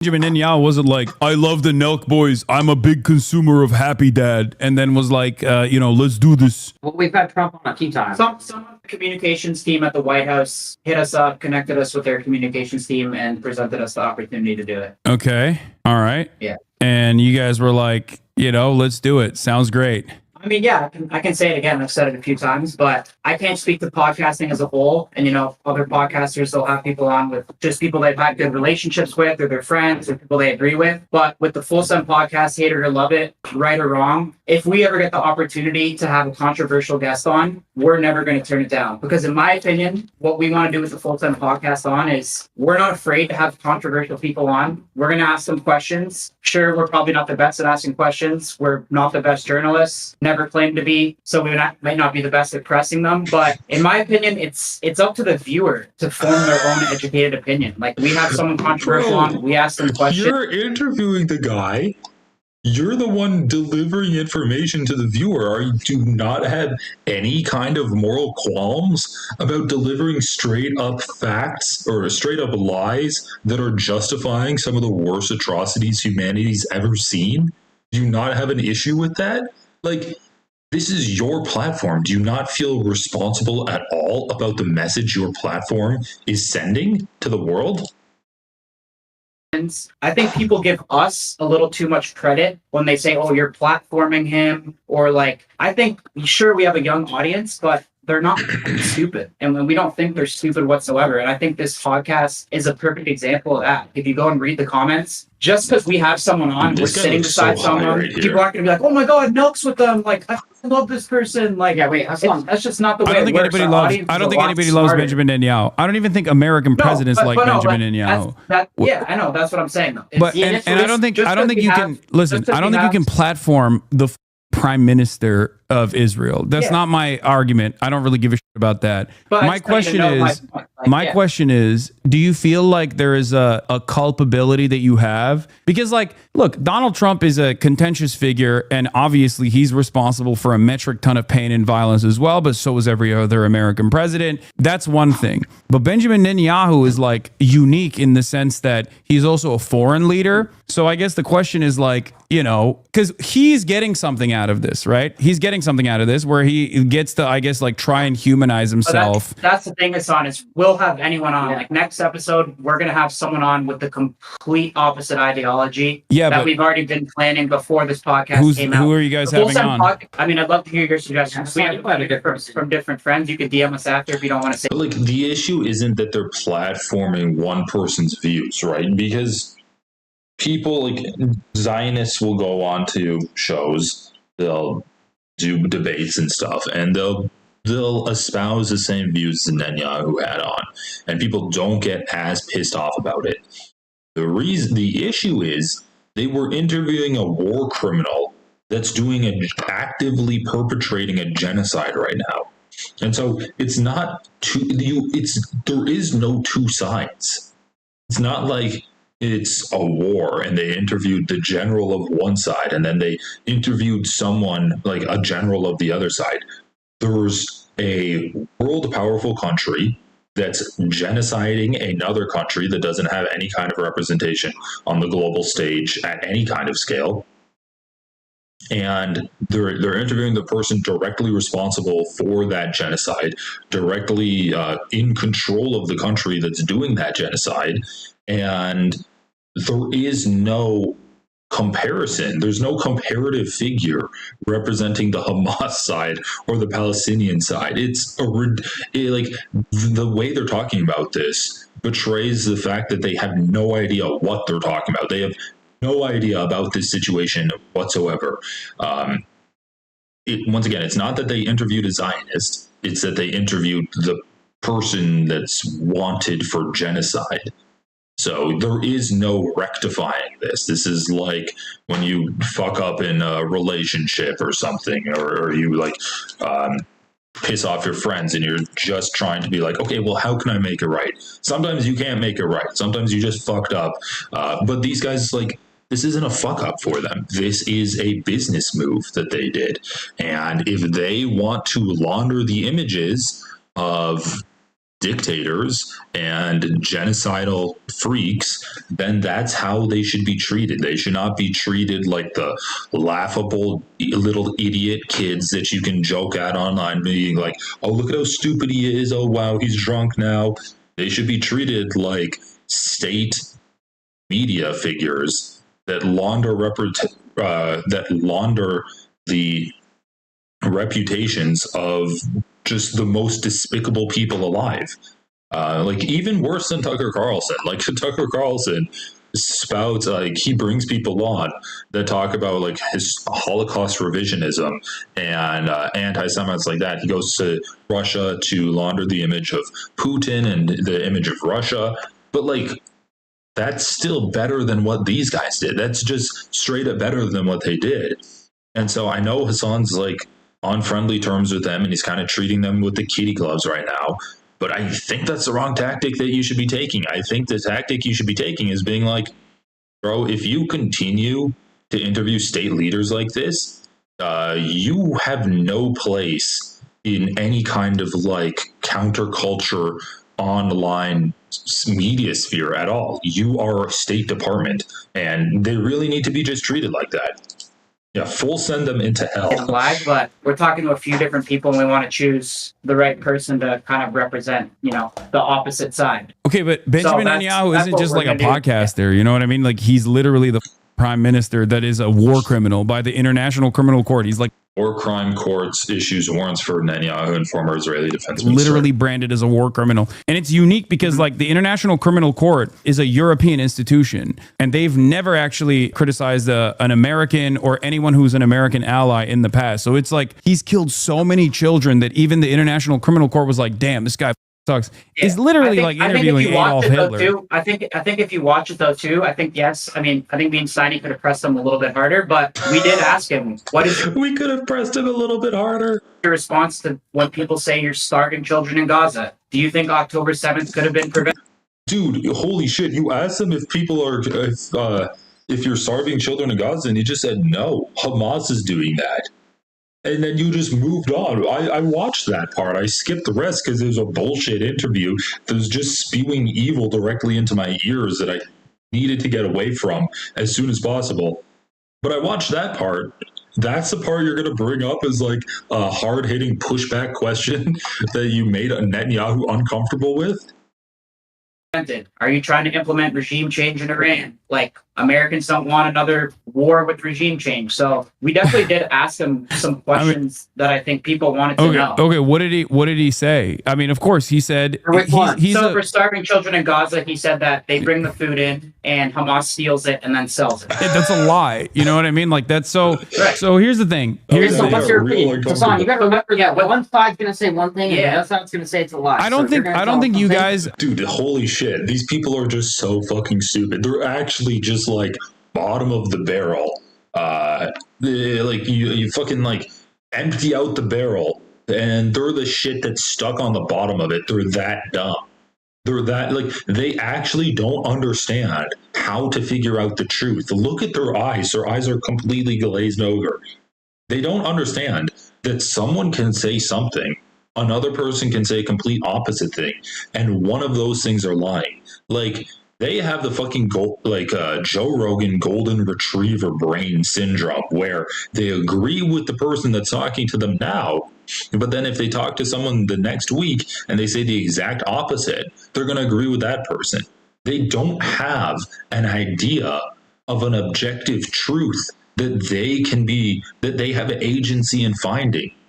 They just like, oh, well, Netanyahu said he's not starving children, but Hasan says he is. So, like, look, these are just differing opinions. I'm just a conduit for these differing opinions. Dude, there's a reality. There is a reality. Like, you are not in space yet. I know you're probably high as fuck, but you're not actually like floating around in the fifth dimension yet. You're still in reality, and you can find the objective truth to these claims that people are making. What the fuck? Oh, you read something on X? Oh, one person said something on X, and then another person said a different thing on X. Holy shit, dude. Holy shit. It saddens me that he knows what the word journalist means. Holy god damn. Having a conversation with Benjamin Netanyahu is the interesting point of contention here for me, at least. Like, I mean, I think it's in and of itself. It's like I don't know, man. Do these guys just have brain damage? Like, did they actually cook their brains with the amount of alcohol that they drank in their 20s? Because they have the same look on their faces that old people have when they start going senile. And they don't have any kind of engagement, and their brains just start slipping away from them. Like, literally slack-jawed. He's literally slack-jawed and glassy-eyed as he's staring off into the distance. Like, god damn, this is a new level of stupid. Worthy of scrutiny, because it's like, you know, you got it's like interviewing Adolf Hitler. Like, would you interview Adolf Hitler during the Holocaust if you had the opportunity? Probably not, right? And we had less information on the Holocaust while it was happening than we do on this modern iteration of a genocide, because we get to see it in real time because we have the internet. Okay, so wait, what's your response to what he answered us? You didn't even talk about that. It's a lie. No human rights organization that works on the ground, from the UN to the World Food Program, has ever agreed to the Israeli position that this is all Hamas stealing aid or whatever. As a matter of fact, they've openly said that that is not the case at all. It's just a way for Israel to continue justifying its starvation policies against the entire civilian population of Gaza, so that they can claim that, like, oh, Hamas is just like stealing this aid. Use like 3-word sentences. Do you see the look on these idiots' faces? Like, you're gonna overload their brains, and then it's just gonna like slough off them. They're not gonna understand anything you say after the 4th word. They've never actually given a single piece of evidence for this. It is just a claim that people have to supposedly take at face value because Israel said it. It's a lie. And what's the other side's proof? Just so we can play both sides here. Well, the other side is not even like the side of the Palestinians. I'm not even offering the side of the Palestinians. Bro, Hasan says the truth. Oh my god, these people, they're so cooked. Hasan says the truth. He cites multiple human rights organizations, multiple journals of note, and media outlets. They sit there drooling, and then afterwards they're like, oh, what's the other side? Just so we can give daylight to both sides. There's not another side to the truth. It's reality, dude. Reality is not a coin that you flip. Oh my god. They're so cooked, dude. Like, chronic debate bro brain. It's not even like, they're obviously not debate bros, but it's just like, I guess chronic fence sitting and insisting that you're not actually political whatsoever. Like, I'd rather listen to Charlie Kirk than these guys talk. Because it's seriously like trying to talk to a cow. Like, trying to get a cow to understand that what Netanyahu's whispering in his ear is a lie. The Palestinians obviously think that that's bullshit as well, but the other side is an unbiased third party. The World Food Program is not, on board with Hamas. The World Food Program of the UN is not Hamas or anti-Semitic or anti-Israel, beyond, the obvious reasons why you would be anti-Israel, because they're doing these things and then lying about it. So what's your overall opinion of us? Like Kyle just stated, that we're having a world leader on. That's what we're more focused on. I think it was dumb. I'll be honest, because it's not. But you would do the same thing, Hasan, if you had the opportunity. 100%. No, I mean, there's a difference though. I'm well equipped to have a conversation with Benjamin Netanyahu, because when he says something like, Hasan cites the World Food Program and Amnesty International, and they're like, "What's the other side?" That I can turn around and be like, well, the World Food Program has said that there is no evidence to suggest that Hamas is stealing aid. Whereas you don't have that follow-up in that situation. And Benjamin Netanyahu knows that, and his team knows that, which is precisely why he went on the Nelk Boys podcast and he didn't go on, my stream or something. And I don't even know if I would honestly have a conversation with him if given the opportunity. In my opinion, I think that, like, for example, I think Trump is really good on the podcast. Like, obviously, that's why he did his whole talk. I mean, he's clearly a good speaker. Like, you can't deny that. But I think, in my opinion, just because we platform someone, it doesn't necessarily equate to, like, a positive outcome for the guest. And I think this is like a okay. And like, once again, the issue isn't whether it's a positive or negative outcome for the guest. The issue is the messaging you're sending out from your show. Is that the truth or not? Right? If you use your show and you just spread lies, you shouldn't do that, because it's lies, and it's lies that are hurting people. It's lies that are justifying mass death of Palestinians. That's the lies that you're sending out on your show. Unless you're in favor of genociding Palestinians, you should not have done that interview in the way that you did the interview. Okay? It doesn't matter whether you think your audience is smart enough to see through the lies or not, or whether Netanyahu would get a bump in popularity among like podcast watchers of the Nelk anyway. It's irrelevant. You send out lies on your show, that's a bad thing. And once again, it's a fucking like war criminal. It's the worst kind of lies that you could possibly be doing. Perfect example of that. Like, this could even be a negative thing. No, I think in the grand scheme of things, like it's not moving the needle, because Benjamin Netanyahu gets positive coverage from every outlet. He gets positive coverage from every outlet. So you guys are marginal in that regard. It's not like all that significant. Yeah, he gets positive coverage from every outlet. So treat them in the same way you would treat CNN or Bill Maher or MSNBC or Fox News, who clean up the images of these despotic leaders and try and tell their audience that they're good guys, which is what these two fuckheads did. And so they need to be held to the same level of scrutiny and criticism as all of these other people. And I think Hasan wouldn't be talking with Bill Maher about like platforming Netanyahu like this, and maybe he thinks that these guys are stupid enough where they just didn't understand what they were doing and he can set them straight. But they've already interviewed Trump. They're friends with Andrew Tate. Like, they're not good people. They're shitty people, and they're going to continue this behavior because, once again, they are getting millions of views with these interviews. And but if you're looking for that's what I'm trying to say, though. What do you mean? If Fox News has him on and they're more supportive of him than we have him on, CNN yeah, no, that's why I'm saying it's marginal. Like, you having him on is marginal, as opposed to like him going on Fox News, MSNBC, CNN, CBS, all of those other outlets, and then not just Benjamin Netanyahu, but like Israeli envoys going on CNN every night. And like, I wish Hasan would just be like, yes, but he lied, and you allowed him to lie on your platform to your face. Once again, it's like saying that MSNBC, CNN, and Fox News also do the same thing to Netanyahu is not a defense of yourself. That's just indicating that you're like just as bad, if not worse than them, because you're opening him up to a new demographic for him to lie to.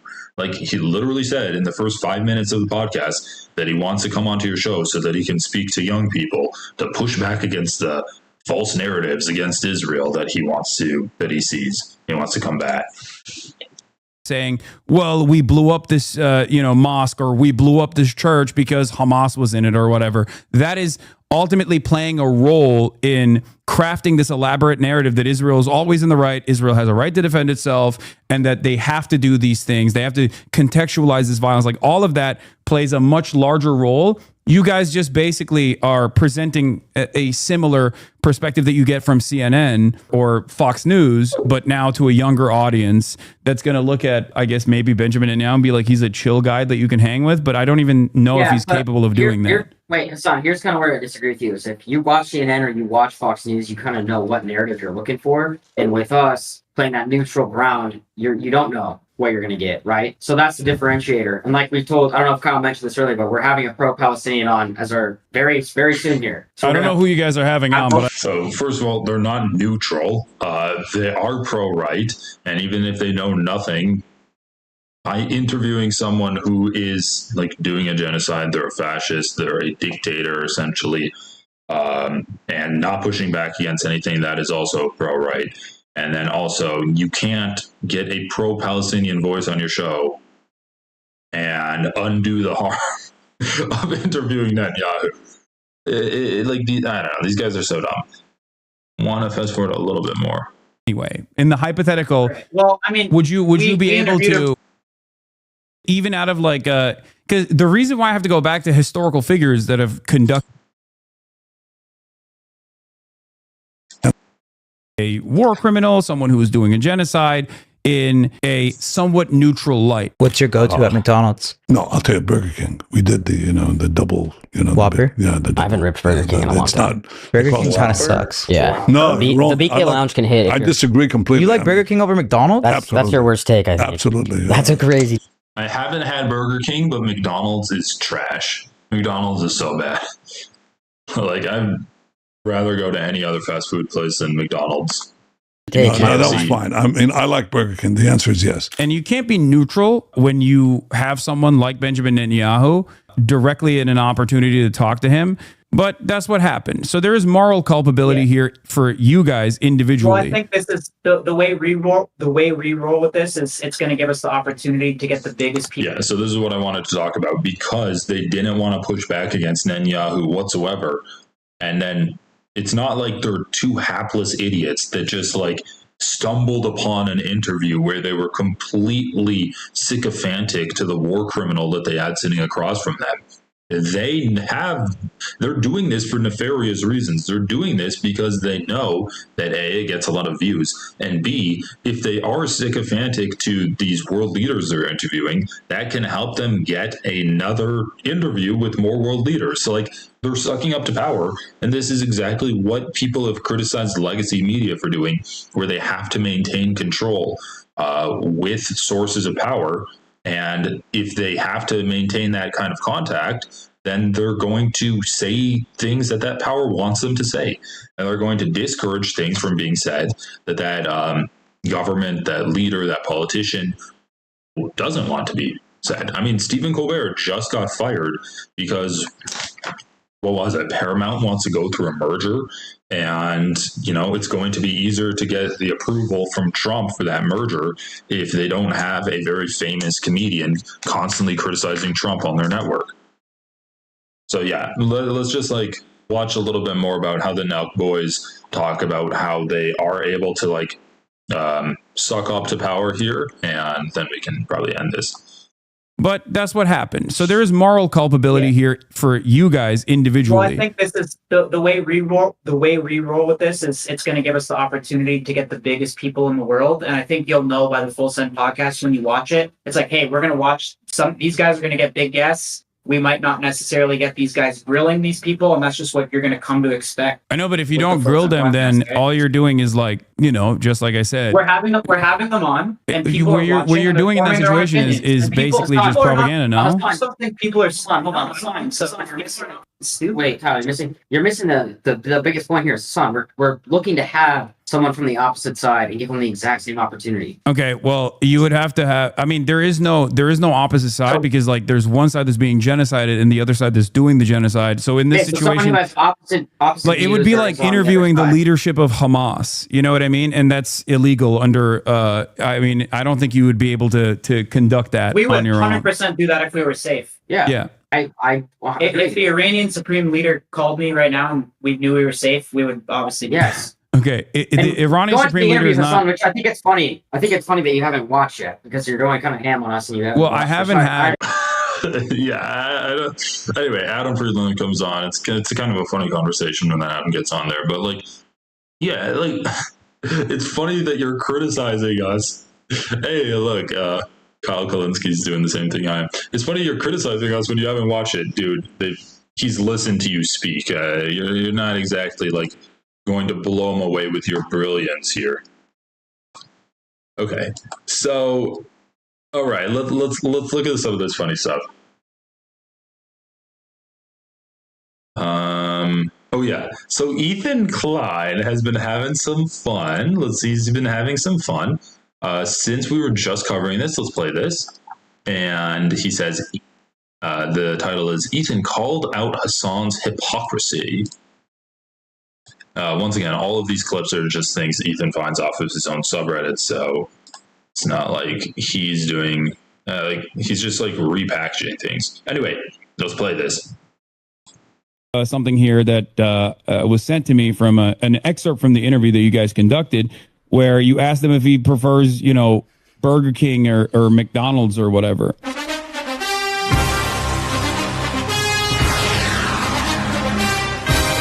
Copyrighted music, fuck off.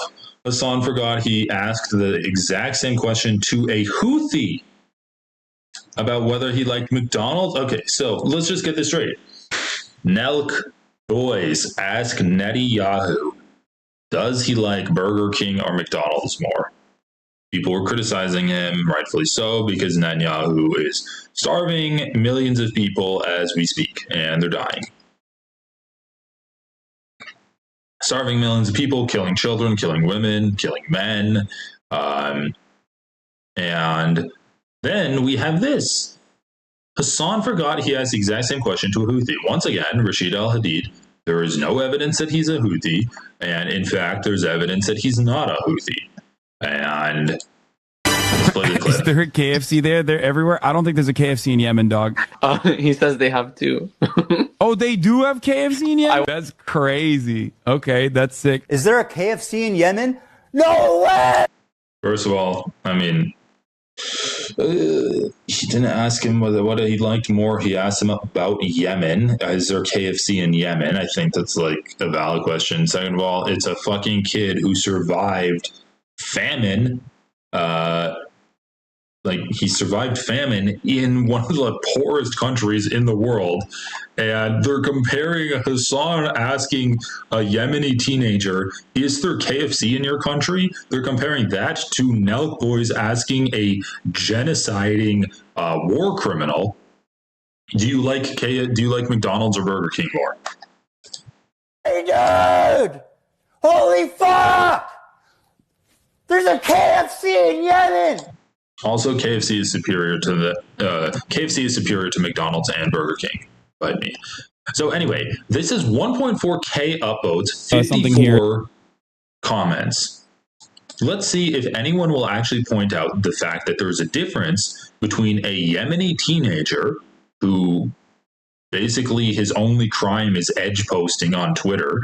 I mean, once again, edge posting on Twitter during a genocide, and a literal wanted war criminal for genocide. So, okay, so what do we got here? It was cringe. It was so cringe trying to act like he was any better at interviewing. What? Tila Kleiner. This is, Hasan didn't say he was better at interviewing. He said they should not have interviewed Netanyahu. In fact, if you go back and you listen to the entirety of the conversation, Hasan even says, I don't know if I would interview Netanyahu because I don't think I'd be able to do a good job at it. And the top comment with 481 upvotes is, he was acting like he's better at interviewing? That's not what it was at all. Honestly, the entirety of that talk with Nelk, I was almost embarrassed for Hasan. It was like listening to a 13-year-old tell a 10-year-old why they're qualified to babysit. Like, bro, you're not much better than that. Okay, like, once again, these people are insane.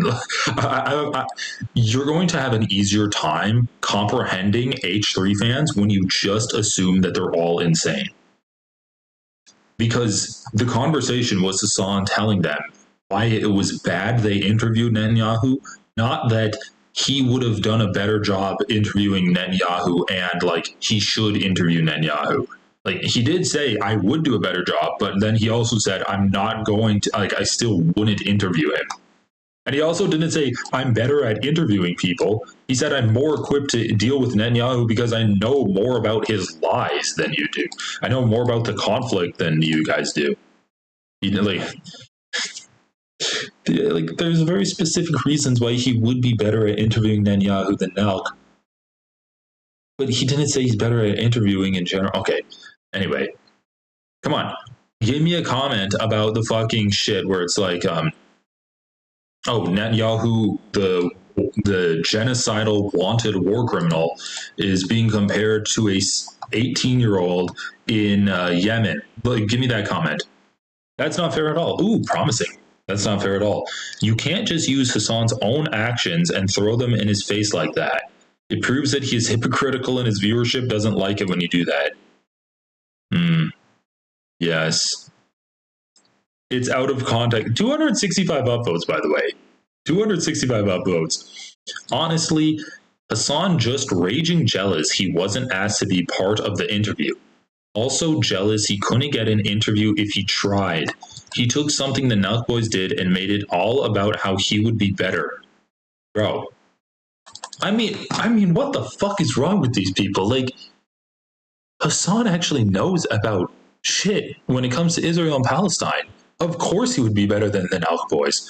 A fucking rag that's on fire would be better than the Nelk boys. Are they pretending like there aren't better qualified candidates to interview Netanyahu than the Nelk boys? Why is this the stance that the H3 fans have gotten on this? Random Houthi guy versus Netanyahu are two different. Oh my God, thank fucking Christ, dude. Thank Christ. One person with some kind of common sense. Random Houthi guy versus Netanyahu are two different, but his interview would consist of shouting blood 30, pig dog hound at him the whole duration if he had the chance to interview him. Okay, so they're saying random Houthi guy, first of all, he's not Houthi, versus Netanyahu are two different. Well, that's an understatement. They're two different. and that they're just like, Hasan would be yelling at him the entire time. Loud 30 pig dog hound. Stop doing genocide, stop doing genocide, stop doing genocide. Sip soda that is on the divestment list. Stop doing genocide. Dude, like, once again, I don't understand this. Like, yelling stop doing genocide at the person doing genocide is a way better thing to do than asking him whether he likes McDonald's or Burger King. Hey, only Hasan is allowed to platform terrorists. Once again, comparing a teenager and saying a teenager in Yemen whose only crime is like edgelord posting on Twitter, not even edgelord posting, but like posting in a way that pisses off Ethan Klein on Twitter, is equivalent to hosting and not giving any pushback against a wanted war criminal in Netanyahu.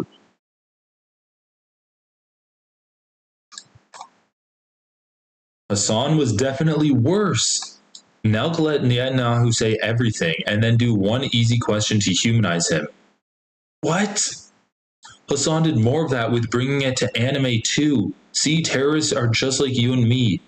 Not that it's a competition, but like, dude, I just can't deal with people whose realities have been so twisted that they genuinely think that a 19-year-old in Yemen who survived famine and then sees Israel that is an extension of American imperialism doing a genocide in Gaza and then like started posting about that on Twitter, they see him as comparable to Netanyahu. They think a Twitter poster, a teenage Twitter poster, is as bad as a wanted war criminal. Like, there's a warrant out for Netanyahu's arrest. Do these people not realize that? By the International Criminal Court. What?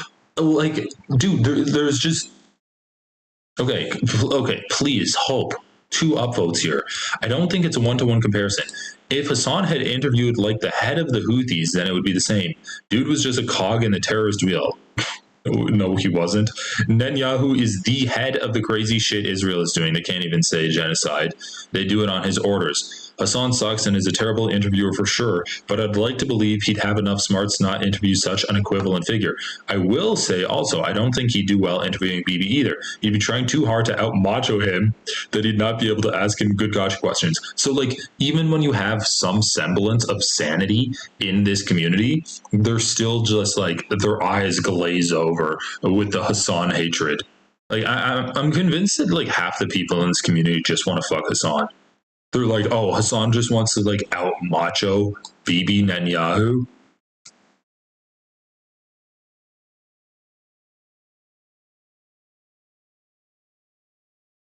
I mean, goddamn, like, actually just fucking stupid here.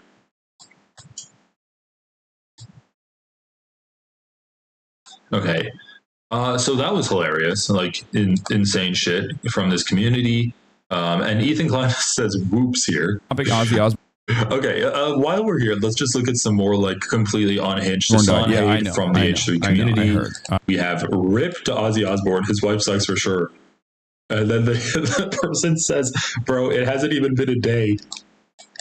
How big Ozzy Osbourne died? Yeah, I know. I heard. R.I.P. to Ozzy Osbourne. His wife sucks for sure.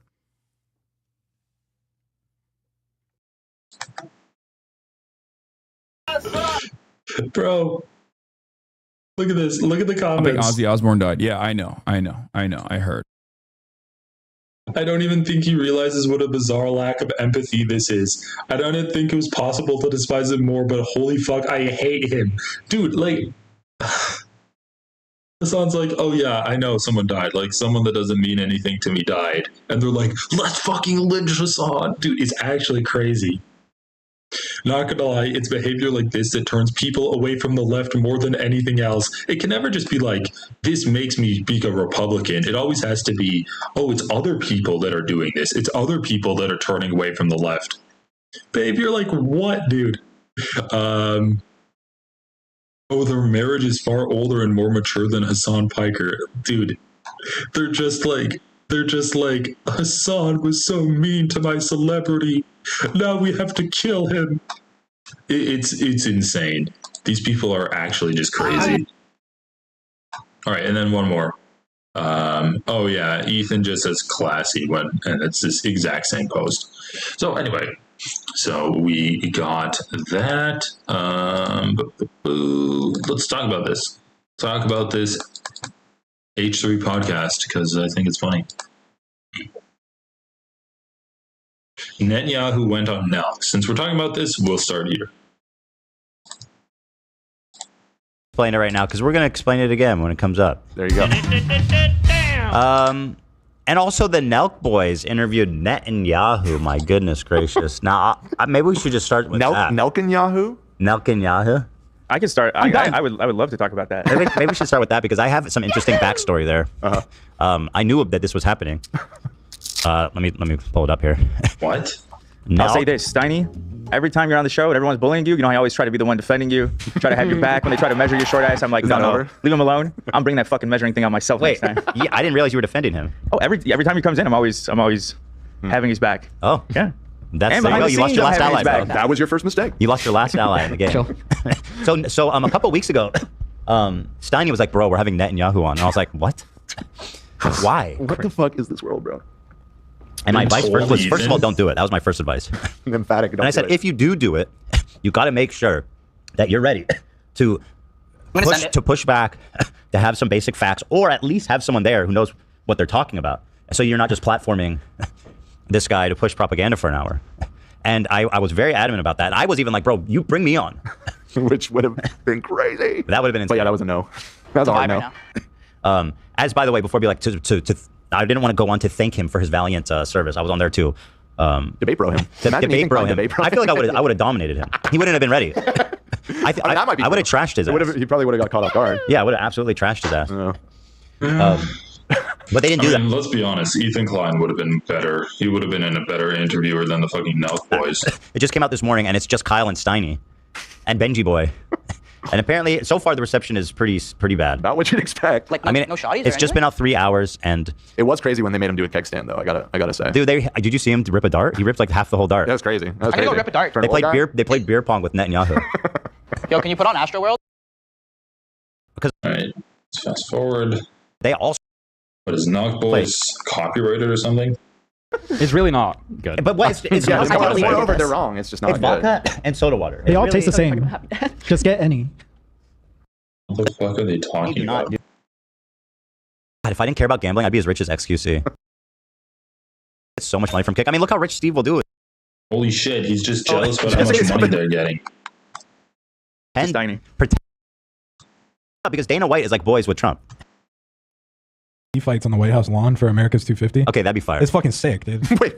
Yeah, Google it. Trump, like Dana's setting that But up. are you actually serious? I'm dead fucking serious. I believe anything. I would believe Netanyahu being in the back room of the Red Rock at that little Nelk hangout. I would be surprised. We were there. Yeah, We were there.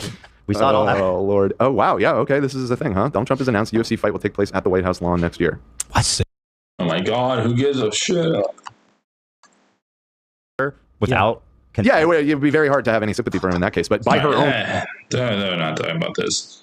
Do they have anything else? Netanyahu, Hunter Biden, Danny Clancy, who cares? Ethan wants to buy Creator Clash, who cares? Lib Talk Epstein situation, another fallen fan. Oh yeah, and then he starts attacking Hasan. Okay, so let's start here. Conspiracy theoried protocols of Zion type of lie. It's fucking disgusting. Bombers. U.S. are secretly behind ISIS. The problem is, though, that everything he's saying is incorrect. And this is like Dan Blazarian, Sneeko level of... This is actually like a Zog. Let's just rewind it a little bit more. You know, it's just... We're always changing the... Okay. On the other hand, you have obviously ISIS, which is this terror cell that seemingly never attacks Israel and only kills Muslims. Weirdly enough, okay. Don't know what that's about. I'm not going to point any fingers here. Yes, he's serious. Has the American forces actually defended ISIS at times? Yes. Has Israel defended ISIS at times in Syria? Yes, they have. But I'm not. So you say ISIS only kills Muslims? He said that. Yes. That's not true. Well, that's important. To that's like a big part of what they do is that they. And then we can discuss. Okay. On the other hand, you have obviously ISIS, which is this terror cell that seemingly never attacks Israel and only kills Muslims. Weirdly enough, okay. Don't know what that's about. I'm not going to point any fingers here. Yes, he's serious. Has the American forces actually defended ISIS at times? Yes. Has Israel defended ISIS at times in Syria? Yes, they have. But I'm not. So you say ISIS only kills Muslims? He said that. Yes. That's not true. Well, that's important. To that's like a big part of what they do is that they kill non-Muslims. That's like. I mean, one of their most they probably have killed more Muslims, but one of their most heinous. Right, crimes against the humanity was wrong type of Muslims, like an outright open genocide against Yazid. I mean, we can just talk about this. It's like Hasan was basically saying that ISIS mostly kills Muslims, which is definitely true. Obviously, it's not true that they have only killed Muslim people and they've never killed a non-Muslim person. Obviously, that's not true. But yeah, when Hasan says they seemingly only kill Muslims, that's in general. They mostly kill Muslim people. Yazidis and taking all their women into sex slavery. Killed a bunch of Christians. But these people don't matter to Hasan because they're not Muslim, I guess, or they don't help his narrative, which is that the Mossad in U.S. are secretly behind ISIS. The problem is, though, that everything he's saying is incorrect. And this is like Dan Blazarian, Sneeko level of... This is actually like a Zog Nazi talking point he's doing. This is the most fucking insane thing I've maybe heard him say. On the other hand, you have obviously ISIS, which is this terror cell that seemingly never attacks Israel. They have attacked Israel. They've planned attacks against Israelis and Israel. Except there's this little troubling thing called geography. They're not near Israel. They're killing the people around them. They don't have fucking bombers. They don't have missiles to shoot. But even with that being true, they've stated is they see Israel as a later problem. Their problem right now is with the whole world, with everybody around them. But yeah, there's no Israelis around them to attack. But even so, they can't attack Israel because it's too far away. But their problem is with the whole world. But geographically, Israel's too far away, and that's why they haven't attacked it.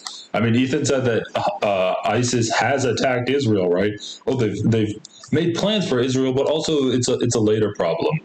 Like, we can just take a look at this. An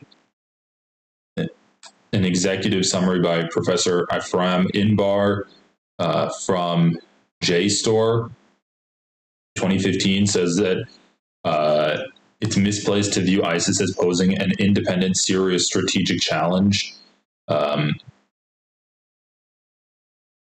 Suggestions that ISIS may constitute a bigger threat to Israel than Iran are ridiculous. Like, there's been no, there's been no attacks from ISIS on Israel. Why is Israel not intervening to counter the Islamic State? So basically, a bunch of groups were trying to like airstrike the Islamic State. Israel didn't intervene, or Israel didn't participate in that.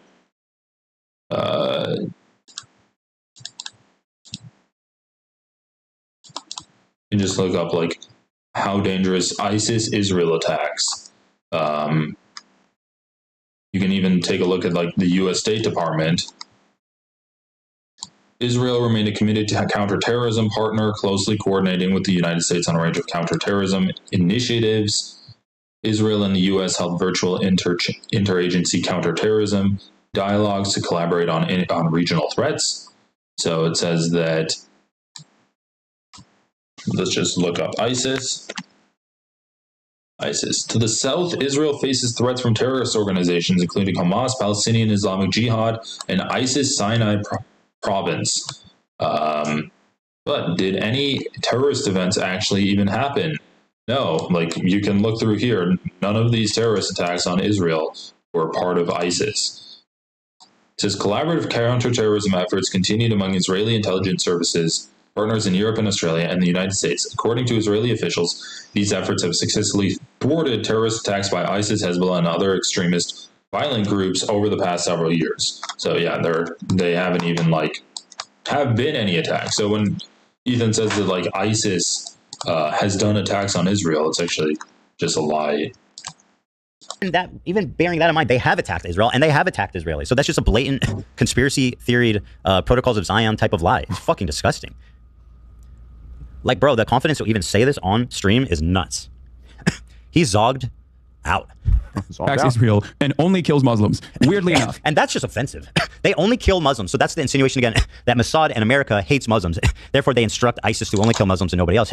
Despite the fact that Hasan doesn't give a fuck. Once again, he's not saying that ISIS is controlled by America and Mossad, but it's a regional player that they don't actually care about because it's not a threat to Israel, and they are attacking Muslims. Like, ISIS took part in the Syrian civil war and they killed a lot of Muslim civilians.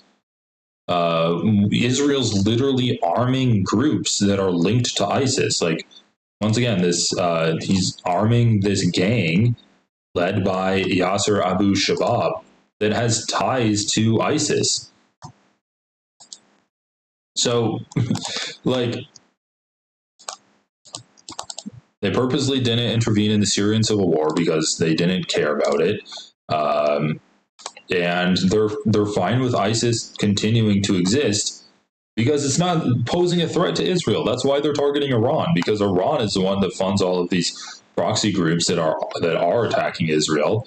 That's why they're trying to take out Iran. ISIS doesn't have that kind of power to actually threaten Israel whatsoever. Full-on genocide of Yazidis and Christians. The crimes against humanity they've perpetuated against non-Muslims and Muslims alike is like unfathomably horrific. And I don't know what to make of this. Why would he say they seemingly only attack Muslims? And by the way, the logic of that is dumb too. You know who Hezbollah? The vast majority of the people they kill are Muslims. That's why he's at it. Mostly attacks. You know who Syria mostly attacks? Also Muslims. Also mostly Muslims. Yeah. Wow, it must be Mossad. What a fucking psycho. Yeah, that's true. They do mostly attack Muslims. So when they say, oh, they seemingly only attack Muslims, and then if like Hasan got pushed on that, he'd be like, yeah, well, they mostly kill Muslims. They have killed non-Muslim people, but most of the people they kill are Muslim. That's why like Israel and America doesn't care about it. That doesn't mean that ISIS is controlled by Mossad and the CIA. It's just that Israel and America don't really care because they're not personally being targeted. This is, I mean, guys, again, this is where anti-Zionism veers into anti-Semitism. This is crazy, bro. This man hates Jewish people. Except he genuinely doesn't hate the ones that agree with him. Those are the ones he thinks they're cool. But the ones that don't agree with him, aka like 80% of Jews, He fucking hates them. He does. He thinks we're all genocide supporters. Okay, so this is so funny. I saw this part earlier. Ethan says that Hasan hates Jewish people. And then he says, oh, well, actually, he only hates the Jewish people that disagree with him and support genocide.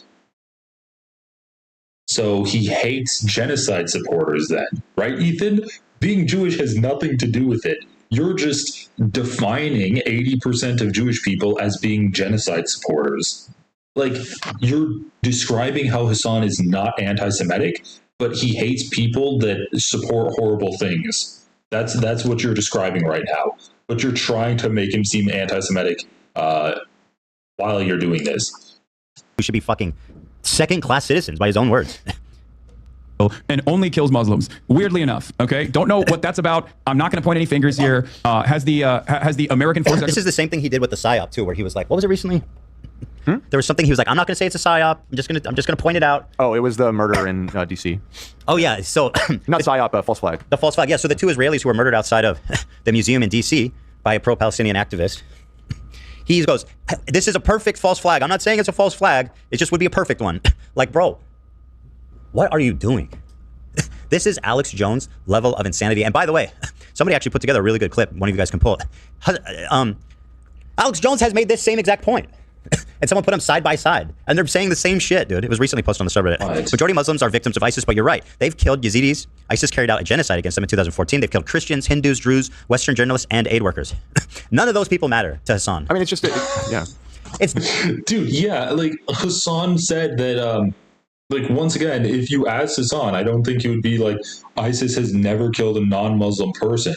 I think he would just say, yeah, they mostly kill Muslims and they don't target American interests in the region, which is what he was trying to say. They don't target Israel. They don't target, like, American military bases. That's why America and Israel is fine and doesn't actually target them at all. It's first like, of all, I don't claim to be an expert on this, but I mean, ISIS is it's a violent jihadi group that's trying to create an Islamic caliphate. Of course, they killed non-Muslims. That's like one of the goals, right? Well, or at least forced conversions, and you know, that's the whole like idea. Yeah, but that goes against his conspiracy. They're predominantly against Shia Muslims, my understanding. Right, but they're a Sunni group, and so that's why I was alluding to earlier with like they killed the wrong type of Muslims, so quote unquote. They've attacked Christians and Yazidis as well as stuff. I am saying there's not a ton of casualties related to Israelis, but yeah, they have. You can look up terrorist attacks against Israel. Say, has ISIS ever attacked Israel? Or is it accurate to say ISIS has never attacked Israel? I mean, they have. Not a lot based on geography. Again, there's no. How are they going to attack Israel? Why would they care about Israel? They're trying to set up a caliphate there. So how have they attacked Israel? You're like, oh, they have attacked Israel. Look up all of the terrorist attacks. Then literally 1 second later, well, they haven't attacked a lot because of the geography. But like, why would they even want to attack Israel? They're setting up a caliphate. You're the one saying that they are attacking Israel. Like, he's trying to be mad at Hasan because Hasan said that ISIS never attacked Israel. But then he's also trying to be like, yeah, but ISIS is so bad that they won't attack Israel at all. Well, I think they care about it. They don't care about it right now. It's a later thing. It's a later thing. Right. It says, yes, ISIS has expressed hostility towards Israel and attempted attacks, but its direct impact on Israel has been minimal compared to surrounding countries. Yeah, it's primarily in Syria and Iraq that all this is happening. They're like, you know, they have no access to Israel. They're attacking like the bordering people. So anyway, here is a little taste. This once again, you look at the media alignment chart. Remember that? And how he laughed about how they put him as the left-wing Alex Jones. You remember that? Yeah. Here is. Did they remove shit, dude. I remember there was one person made a grid. It's very messy. What is this? Where's Nelk on Fontes Media. Wait, I need to look this up. What the fuck is Ad Fontes Media? Ad Fontes Media. Ad Fontes Media. It's the home of the media bias chart. About us. Public benefit corporation based in Colorado, being a public benefit corporation. This looks sketchy as hell. They only have this one media bias chart. And Fontes is for the source. Many people don't realize that other people read incomplete. Vanessa Otero. They rate the news. They're a for-profit company. Products and services. Where they sell product? Okay, what are their products and services that they sell? Campus Pro, Interactive Media Bias Chart Pro, all source types. So they just sell rating of the media. All right. Well, yeah, what's their methodology? Our team of over 50 analysts rate the news day in and day out. Find out how. Content media, methodology overview, watch left, center, right. All right, let's watch some of their analysts in action.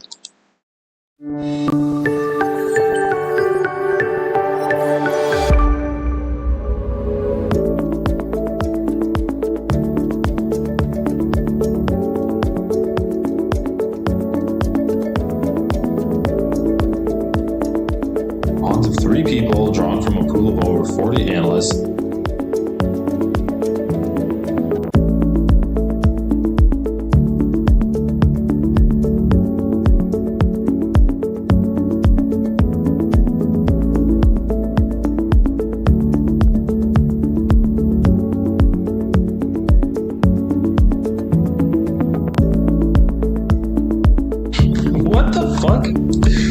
What do you mean each pod has a left, right, and how do you know if you're on the center? This seems like such bullshit to me. You have someone on the left, then you have a conservative, and once again, conservatives are just anti-information. Like, they're an anti-empiricist party. They don't want information to be tracked. The truth is against conservatives. And to make sure you're fair and balanced, you have, like, a conservative, a leftist, and then just someone in the middle rating these articles?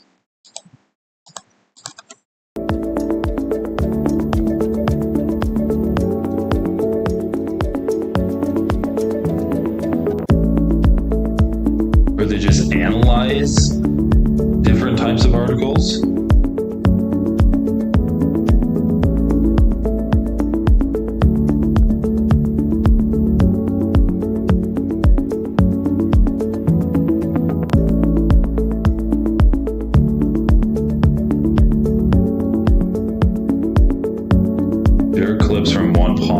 Okay, so let's look at the next one.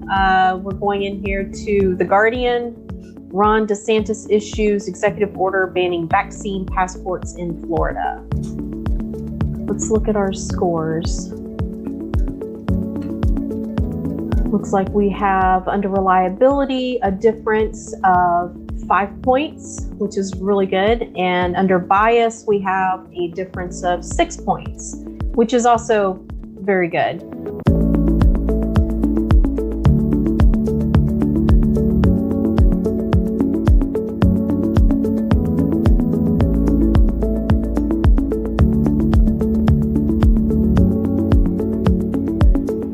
So let's look at this next one.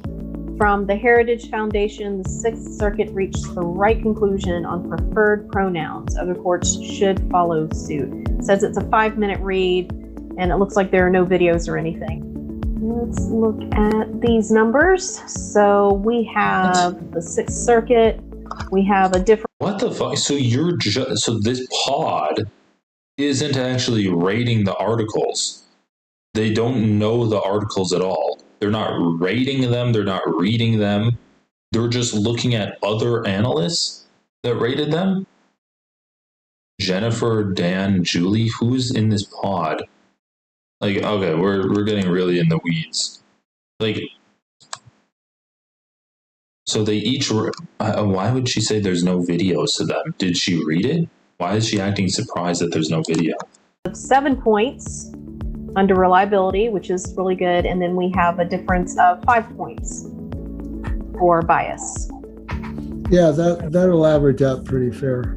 But the headline got it for me. The headline was opinionated, so that brought down the score quite a bit for me. Mm-hmm. There was some yay for our side kind of atmosphere to it, which that's partisan.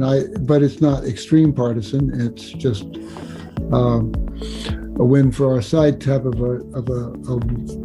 So I was tempted to take it further right, but I thought this is actually what almost all Republicans think. So right, it's definitely not an extreme. No. Yes. Yes. end of it. But Bro, just okay. This is stupid. All right, yeah, like this is pretty fucking stupid. So they just have like random people being like, "Oh, I think this is like what most Republicans think." Like this media score chart is absolutely ridiculous that people are citing it. Israel. Wait, hold on. This is not our video.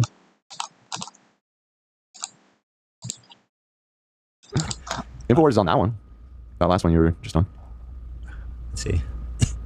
Where is it? Oh, like overall, what my favorite flag? Nelk was on there. Anyway, here it is. Did you see? I'll look. Full Send podcast. Why the fuck? Okay. They were on the right, I'm assuming. Yeah.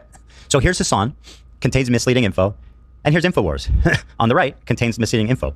This is the visualization of horseshoe theory in practice. Look at these two besties talking about Israel. That's not what horseshoe theory means. Horseshoe theory just means that like people arrive at the same positions if you go far enough left or far enough right. They're not saying that you give the same amount of misinformation if you go far enough left or far enough right. Hamas are lightweights compared to Al Qaeda and ISIS, and it's all come out. I told you about 25 years ago, but it's all come out in the documents, the USAID money. It's come out of Israel. Israel doesn't even deny it. Netanyahu, since he first got in office, off and on. Hold on, what the fuck? About Israel.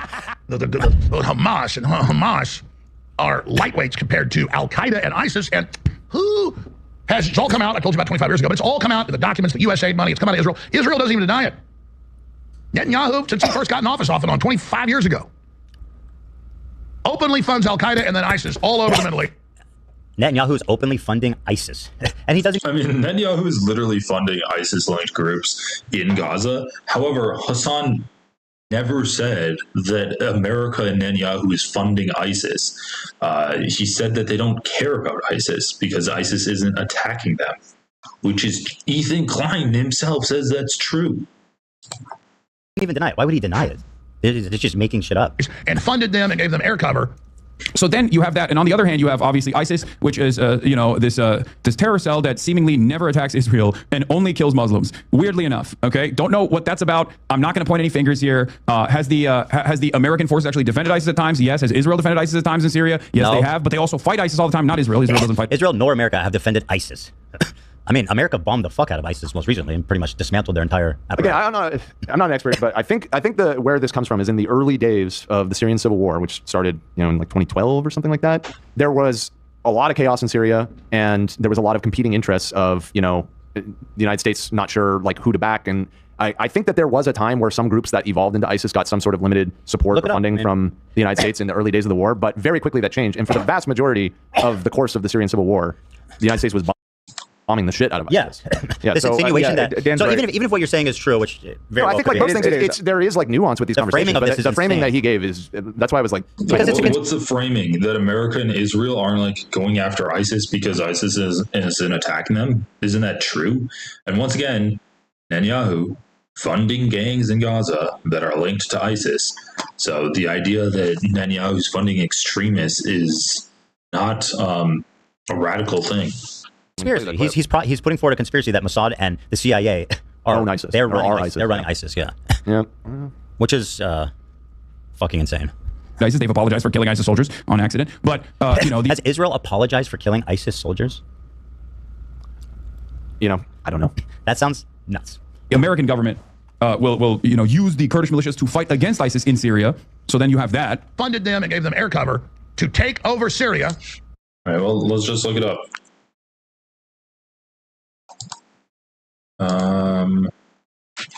Israel apologizes for killing ISIS soldiers. ISIS fighters regret attacking Israel and have apologized. Israel forgives Daesh for attacking following apology. ISIS apology to Israel. Did you know that ISIS apologized to Israel? ISIS Israel Golan Heights. What is this? Middle East Political and Economic Institute. Oh, this is Netanyahu funding.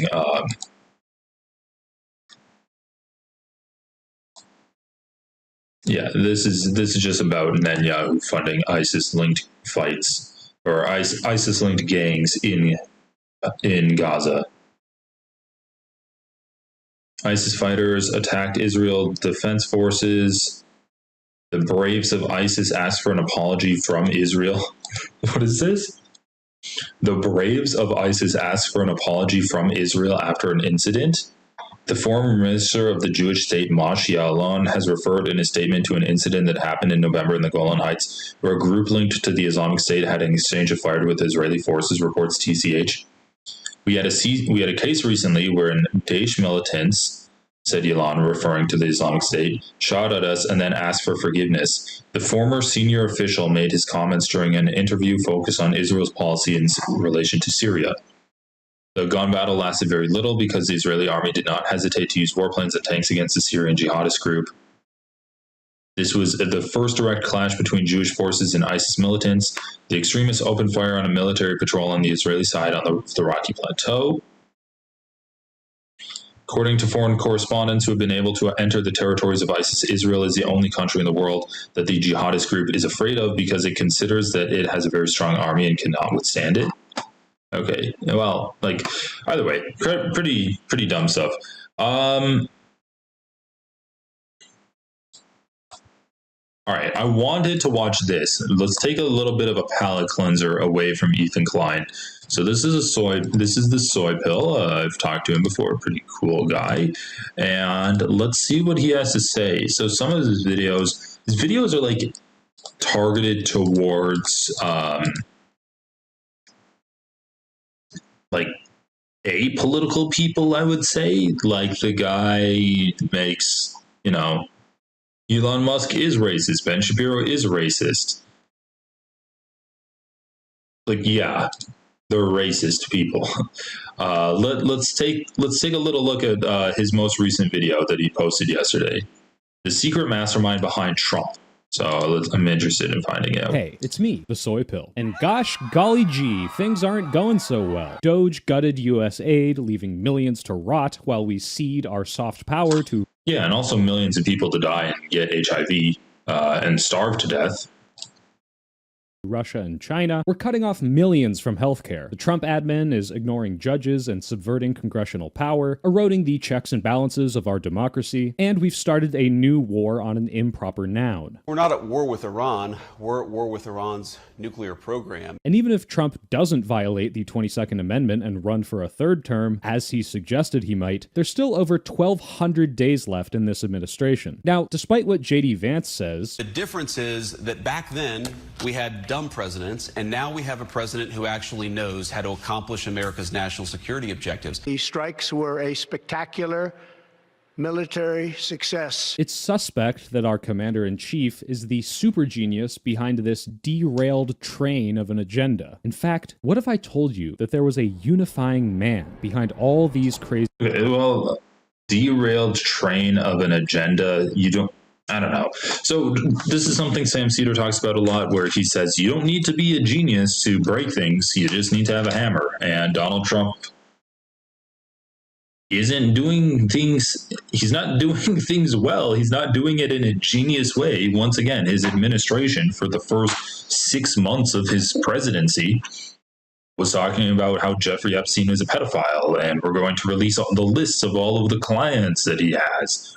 And then, in the course of a week, they're like, actually, no, there is no list. And even if there were pedophiles on the list, they're probably like good people, Like, these people are incompetent. They're not super geniuses whatsoever.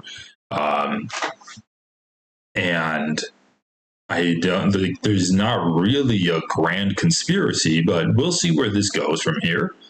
But once again, it's like, an ape with a big enough hammer and in the right positions of power can dismantle the U.S. government.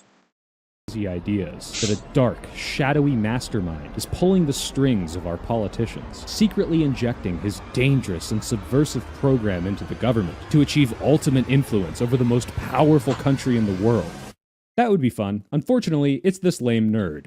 chances are, unless you read profile pieces in the New York Times or the New Yorker, you've probably never heard of Curtis Yarvin. If you see a picture of him, you might say, that looks like my midlife crisis uncle. So why should you give a shit? The reason anyone talks about him today is that he's what you may call an ideas guy, or as it was known when he got popular in the 2000s, a blogger. Under the pseudonym Mencius Moldbug, Yarvin and his blog exploded in popularity among the Silicon Valley tech bros, even prominent ones like billionaire and alleged twink murderer Peter Thiel, and as an extension, the Vice President of the United States, J.D. Vance, who was bankrolled by Thiel. He writes a bunch of blog posts that tell tech billionaires, you are the most special boys on earth and everyone should listen to you. And thus, you get articles with the headlines, anti-democracy and pro-Trump, the obscure, dark Enlightenment blogger influencing the next U.S. administration. Curtis Yarvin says democracy is done. Now, I think the extent to which he is influential over the people in power is overstated. But for now, the Trump admin agenda and Project 2025 are emblematic of the ideas in his blog, so I guess we have to talk about them. But what's so special about his ideas that they attract the richest and most powerful people in the world? What groundbreaking yet devilish plans does Curtis Yarvin have? What innovative and sinister machinations are going to bring about the end time?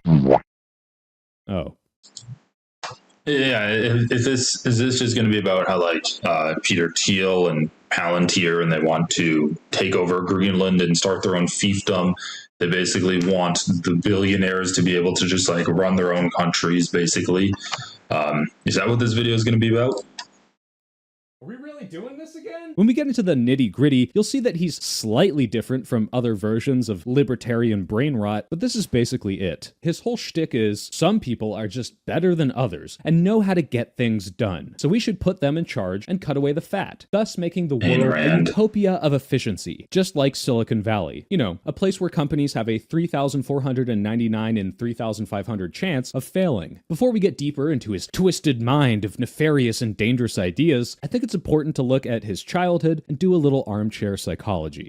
Curtis Yarvin was a child prodigy, and by child prodigy, I mean he skipped a couple grades and became a high school sophomore at 12. For those of you who have never had the gifted child experience, imagine that 4th grade math is too easy for smart little you, and so you move on to big boy 5th and 6th grade math, and your parents and teachers all tell you that you're a very unpopular policies like mass immigration persist despite strong majorities being against them. Basically, he has the same politics as Mr. Beast, or me when I was 14. The government is so big and complicated that they can't make everyone happy. We just need a guy to come in and do all the good things, and none of the bad things. Except I grew up and learned that the government is complicated because the world is complicated, and most of these agencies were created to solve a problem. And do all the good policies means a lot of different things to the millions of people our government has to manage. And despite how badly things can go with our current system, it absolutely would not be made better for most people if one guy just forced everything through. And that's what Yarvin suggests, that America needs a king that makes all the decisions, specifically a Silicon Valley CEO. I think that if you took any of the Fortune 500 CEOs, pick one at random and put him or her in charge of Washington, and I think you'd get something much, much better than what's there. American democracy is a sham, beyond fixing, and having sort of a monarch-style leader, or call it a CEO, or call it a dictator, that's the way to go. America needs to get over our dictator phobia. Now, if you're thinking, hey, wait a minute, so we can talk about these Silicon Tech bro guys, and that's definitely a thing that is influencing this country. They're streamlining government, right? And you have Donald Trump basically being a dictator, trying to increase his power more, trying to strip away power from the courts, from Congress, basically just making himself more powerful, making the government more streamlined, coming up with ways to do things that he can do them, and he doesn't need approval from other people. So basically the tariffs is essentially a tax policy that the president can set without worrying about Congress. However, when we're talking about dictatorships and the rise of dictators, I do think it's a little bit less important to look at like these tech bros. I think that's definitely interesting and something worth looking at. But then I think it's more important to look at something like Hungary, where it's a complete dictatorship, and like the media has been stripped away. Public institutions have completely kowtowed to the regime there, and like the same kind of like nationalist, kind of populist, pro-family rhetoric is being used to the same effect. I think that like there's a lot of people, like when we look at Jubilee, that are just straight up Nazis, straight up fascists, and they want this kind of fascism where a president can get elected and then completely change the country into policies that they support. And those policies are obviously going to be like genocidal policies and racist policies and like white supremacist. But I don't know. It's interesting. So like let's listen to what these tech bros have to say about what their vision for America is. But like at the end of the day, all these people do is fantasize about basically being a king in their own little fiefdom, and that's never going to happen when you have a dictator being the president. Like, yes, he can empower them and have them be oligarchs, and he is empowering them. He's empowering like tech CEOs by taking away social safety nets, supporting their employees, basically making their employees more reliable on them. The H-1B visas is another example of that, where it's employees that are basically legally bound to that job. It's like another form of indentured servitude. So it is interesting. It's like the creation of oligarchs here, pretty much. These people are just wannabe oligarchs. It's not Curtis Yarvin. That's the New York Times interviewer summarizing his positions. And that's because Yarvin is a windbag who never gets to the point, which is why he needs to be asked the same question several times just to get an answer. So why is democracy so bad? Why is democracy so bad? He's nominally the Curtis, secretary. I have to say, I feel like I'm asking you, what did you have for breakfast? And you're saying, well, at the dawn of man, when... I'll speed this up. And then answer the question, what's so bad about democracy? If you think I'm doing him a disservice by not showing his full answers, you can go watch the interview yourself. But spoilers, he does not speed this up. At least Mr. Beast says he would consult the experts. Curtis thinks they're part of the problem, or as he calls them, the cathedral. Actually, no, I'm not even going to humor this stupid idea with its own section. All you need to know is that it's basically his version of the deep state. A bunch of process-obsessed academics, experts, and institutions that all think the same, want to keep themselves in power, and slow down real progress. Just as a taste, this dipshit thinks that the reason scientists all came to the same conclusion about climate change is that taking climate action is a marketable idea that requires tons of money and resources, while doing nothing is a recessive and passive idea that people don't like, completely ignoring the incredibly marketable idea of climate change denialism that's made the fossil fuel industry billions by convincing morons that climate change was made up to force you to improve your health by walking more and eating less red meat. But no... Right. Give me how this man's ideas are intersecting with the administration. We got Jebediah Vance right there.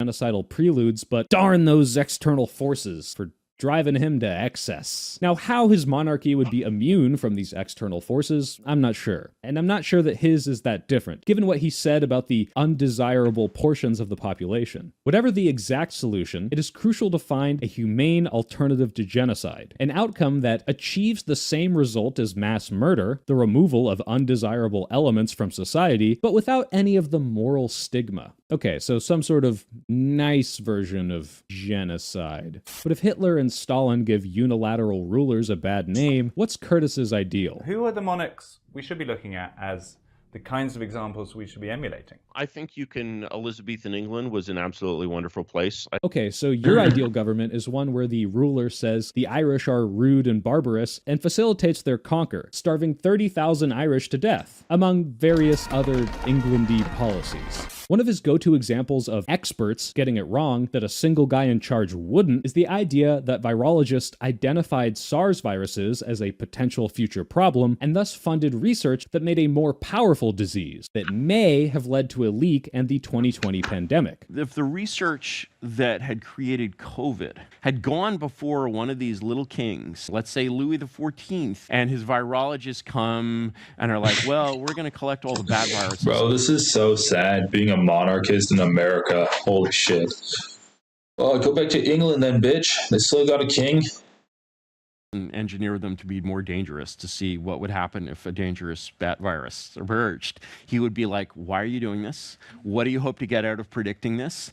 And yeah, and then they can answer, and the answer is, well, so when a more dangerous virus emerges, we have an antidote ready for it. That's the point of doing virology, like predictive evolutionary studies on viruses. That was the whole point.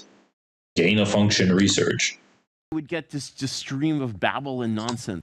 Like, I love how he's trying to be like attack intellectuals by just being an anti-intellectual. Like, I'm an idiot. I don't understand why you do this, and so you're wrong. That's a fallacy from ignorance. That meant nothing at all. But like, no? Because what if instead you said, oh, great king, we have developed a safe way to make these viruses more powerful. And in doing so, we'll develop defenses for all future sickness faster, making you the most powerful king in the world. And because he's a dumb 17th century idiot, he'd be just as likely to trust his loyal disease advisors than to say, common sense says that's not a good idea. Or what if he decided to weaponize the disease against neighboring countries? Or any other insane thing? Maybe having one guy decide everything isn't a good idea. Basically, Yarvin gets to live in this fantasy world where everything in his hypothetical would go mostly right. Okay, yeah, we get it. Like, people that want monarchies are dumb. Tell me how this is influencing the administration right now.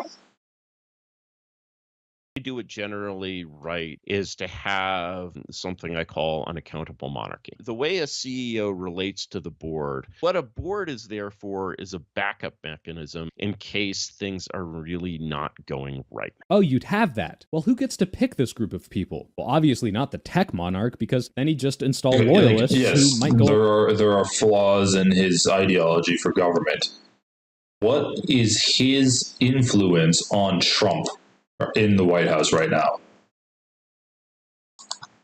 Aristotle, because I cannot let it go by having a hash made of Aristotle. The 6 forms matter a lot in Aristotle. The thing that Aristotle thinks will achieve rule for the sake of the ruler, or rather the ruled, the people who are being ruled, and get them good government is law, limits, and accountability. He's done a bunch of reading. He's not well read, because if he actually interacted with people who wrote those things or do that work, what they'd say is, no, you fucking idiot. That's not what we meant at all. At one point in the debate, he claims that people would scoff at the idea of letting elected officials interfere with Harvard. I don't think anyone has ever suggested holding Harvard accountable to voters. In fact, I think most people at Harvard would be repulsed at the idea of letting elected politicians soiled by filthy democracy choose Harvard's admissions department. And clearly he's not. Bro, okay, I mean, this is so funny.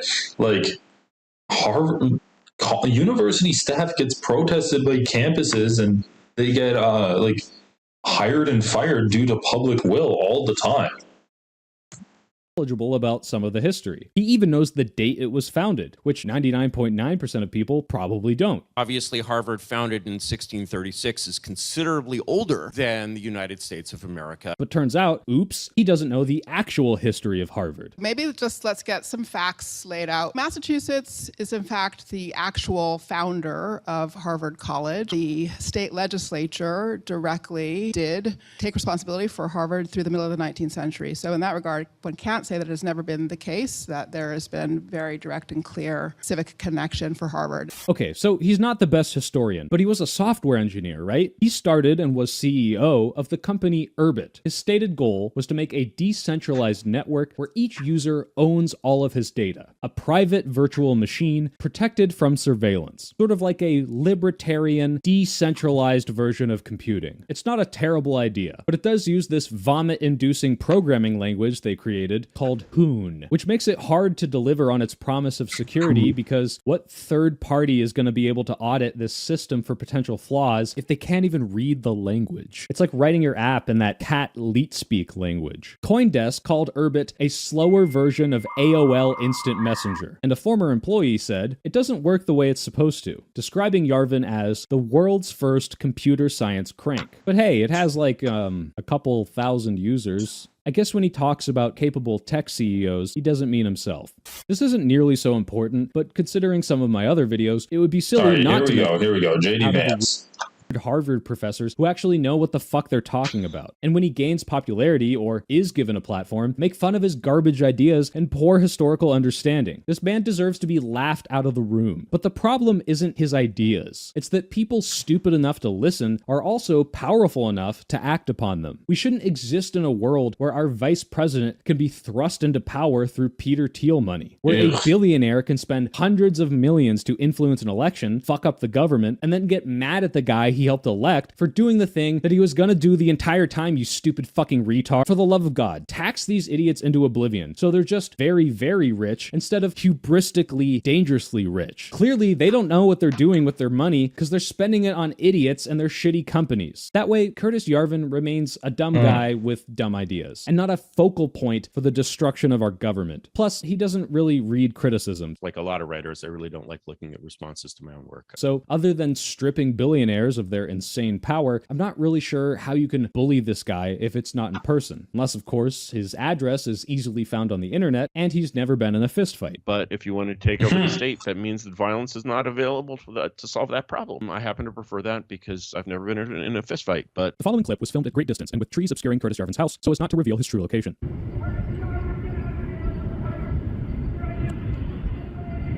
Hey everybody, sorry about the audio quality here. I am on the road with Ro Khanna. If you're wondering how I got an interview with this big shot journalist or meetings with congressmen, it's thanks to my friends at Progressive Victory. They're an organization dedicated to making it easy for people like you to move the Democratic Party more left. They help Democrats win the Senate in 2022. I mean, once again, I don't know how. I think there could probably be more comparisons drawn or more influence drawn between Curtis Yarvin and the actual actions the administration's taking. I don't know how relevant he is, but it is a philosophy that a lot of these tech bros have right now. So that's interesting. Oh yeah, I was going to cover this, so I'll go for a little bit more here. So what the hell is going on? Like, obviously Trump's a pedophile, right? New photos and videos highlight close ties between Epstein and Trump. Footage shows the pedophile... Oh, I thought they were saying the pedophile is Trump. Footage shows the pedophile at Trump's 1993 wedding and the two attending a Victoria's Secret fashion event in 1999. Interesting. Donald Trump, Ingrid Seinhave, and Jeffrey Epstein at a Victoria's Secret Angels party in New York, the 28th of April, 1997. Newly uncovered photos and video footage published by CNN show more links between the notorious pedophile Jeffrey Epstein and Donald Trump, including Epstein's attendance at Trump's wedding to Marla Maples at the Plaza Hotel in New York in 1993. The media organization said on Wednesday that Epstein's attendance at the wedding ceremony was not widely known. CNN also published footage from 1999 of Trump and Epstein attending a Victoria's Secret fashion event in New York, where they are seen talking and laughing alongside Trump's future wife, Melania Trump. The outlet noted that the newly published material predates any of Epstein's known legal troubles. Another image from the wedding shows Epstein in the background of a group of Howard Stern, Allison Stern, Robin Leach, and Cecilia Nord. God damn, dude, he's just a creepy looking guy. So just more photos are coming out, like cementing the relationship even further. The fact that the president kicked him out of his club for being a creep, Chung added, is nothing more than a continuation of the fake news stories concocted by the Democrats and the liberal media. I don't know, it looks like they were close friends with each other. Donald Trump and Jeffrey Epstein attended Victoria's Secret Angels event sponsored by Rogers & Cowan at the Club Duvet in New York City on 9th of April, 1997. Two photos from Getty Images show Trump and Epstein at a 1997 Victoria's Secret's Angels Party. Trump was quoted saying, "I've known Jeff for 15 years. Terrific guy. He's a lot of fun to be with. It is even said he likes beautiful women as much as I do, and many of them are on the younger side." So creepy, dude. Many of them are on the younger side.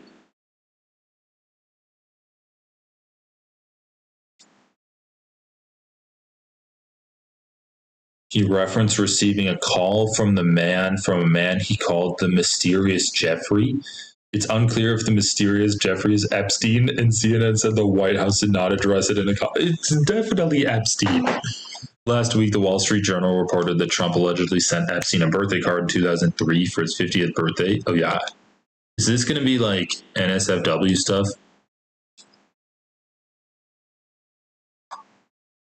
Okay, so we can't even read it. Where's the video that they said they found? So it's just like more photos of Trump and Epstein together. I mean, yeah, Epstein was Trump's best friend, but like the gross thing about this is, that Trump and Epstein. Wait, hold on. Trump, Epstein, modeling. Like, look at this. Amid Epstein fallout, video of Trump judging teens in model contest resurfaces. All right, you're not going to have the video. So, former SI model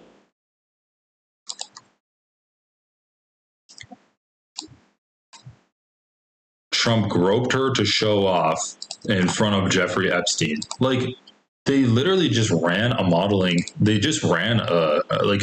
child sex trafficking ring together. Like, this is your elite cabal of pedophiles, and the Republicans that are so desperate to find the big bad deep state have elected one into the White House.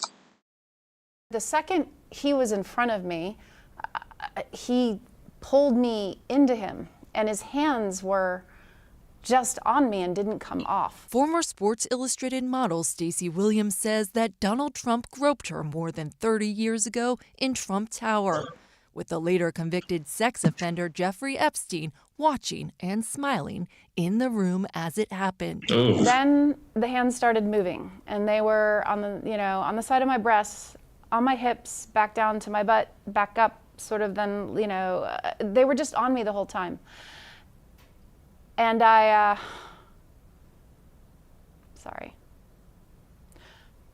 froze.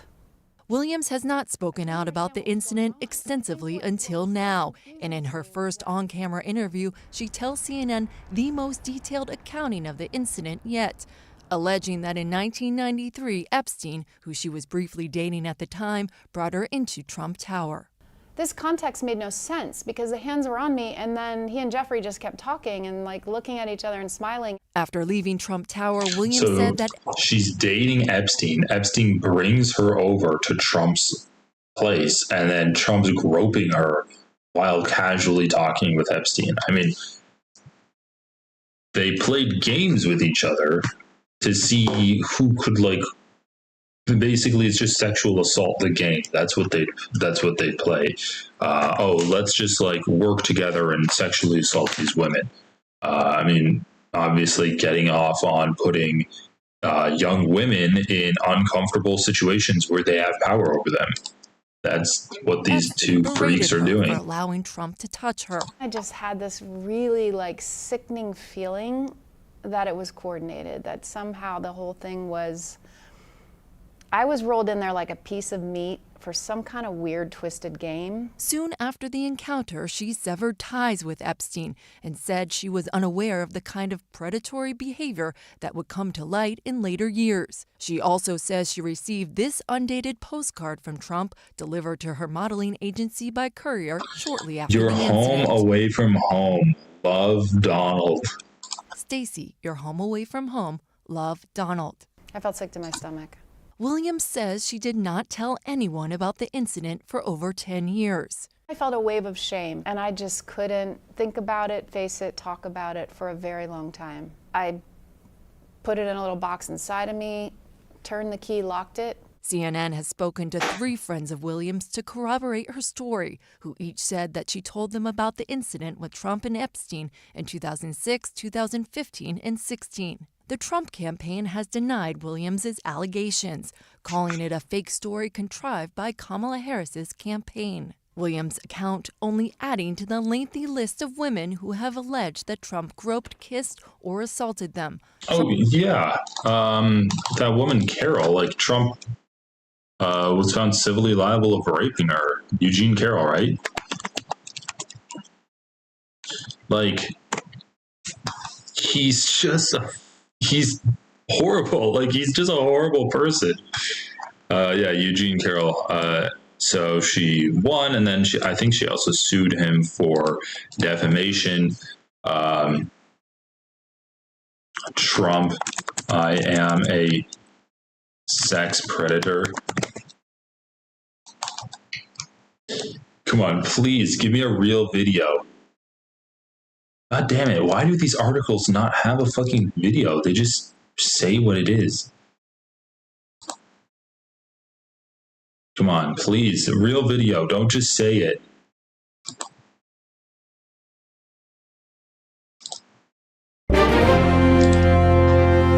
Donald, do you ever discuss sex with your daughter? No. You do not? No. You've never. Bro, he brought his daughter onto the Howard Stern show. Imagine your dad is a pedophile and you're a daughter that he's openly talked about how attractive you are. Gross, dude.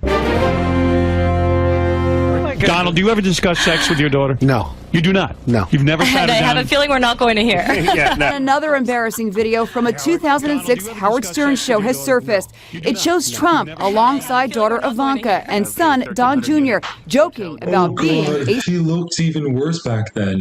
sexual predator. You know about sexual predators and things like that. I mean, You are one. All right, I was going to say that, but it's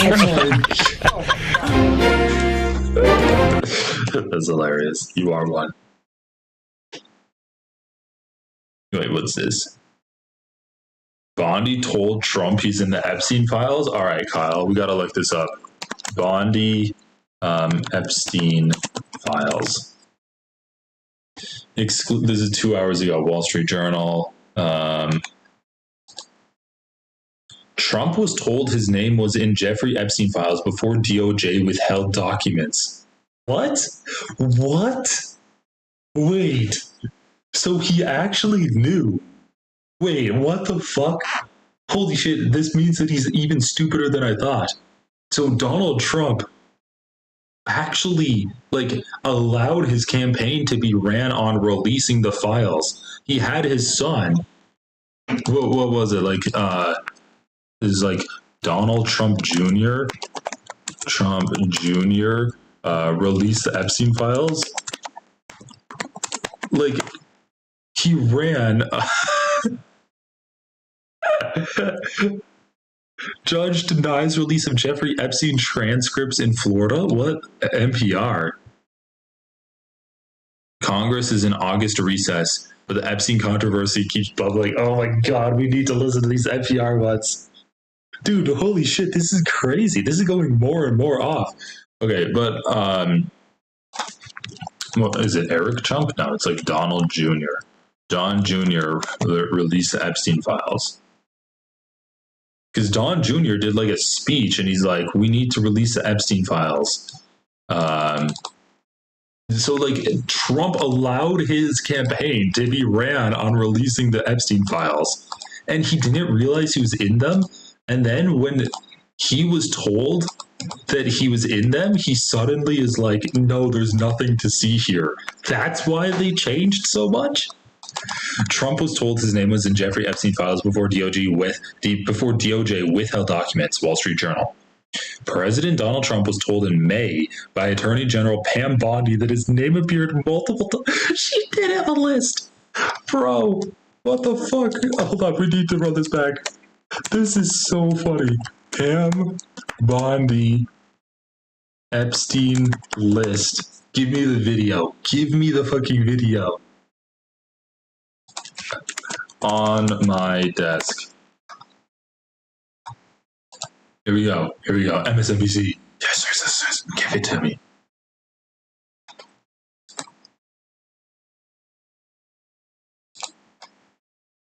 Joining me now is California Congressman Ted Lieu. He is a member of the House Judiciary and Foreign Affairs Committees. The FBI is flagging all references In tear gas and pepper spray. Where the hell is Pam Bondi? Come on, she said she had it on her desk.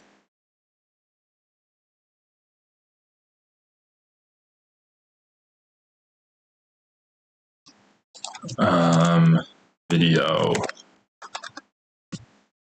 Where's the Epstein list? All right, here we go. I think this is what I'm looking for. Pam Bondi found the Epstein list sitting on her desk. The DOJ may be releasing the list of Jeffrey Epstein's clients. Will that really happen? It's sitting on my desk right now to review. That's been a directive by President Trump. I'm reviewing that. I'm reviewing JFK files, MLK files. That's all in the process of being reviewed because that was done at the directive of the president from all of these agencies.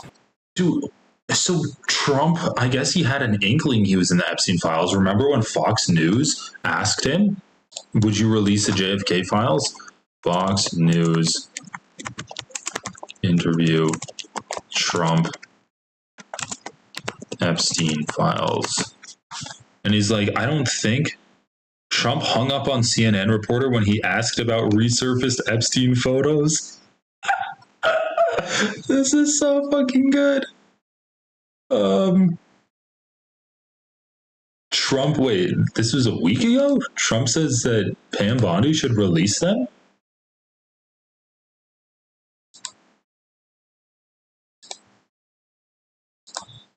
President Trump doesn't understand why so many of his supporters are so focused on the Epstein files. Today, the president defended his attorney general, Pam Bondi, who's facing criticism for saying there's no evidence that Epstein kept a client list or blackmailed powerful figures after suggesting many times that there was evidence and it was on her desk. Officials say Epstein, who was a convicted sex offender, died by suicide in 2019 while awaiting trial in New York. Many in Trump's MAGA base don't believe that. They believe that key details about Epstein's crimes are also being withheld to protect influential people. Okay. House Speaker Mike. We fucking know what they believe, dude. Give us the clip. Where's the clip? Schultz. Yeah, but that's being our fault. Yeah, that's being a bad American. But we're being bad For not cutting government spending, all things he said that Trump was promised him and are not keeping. By the way, the comedian's Trump interview during the campaign last year went viral. So, I mean, there's a lot of anger in the Trump base. Okay. Oh, my God. It's impossible to find these clips. Trump on releasing JFK files.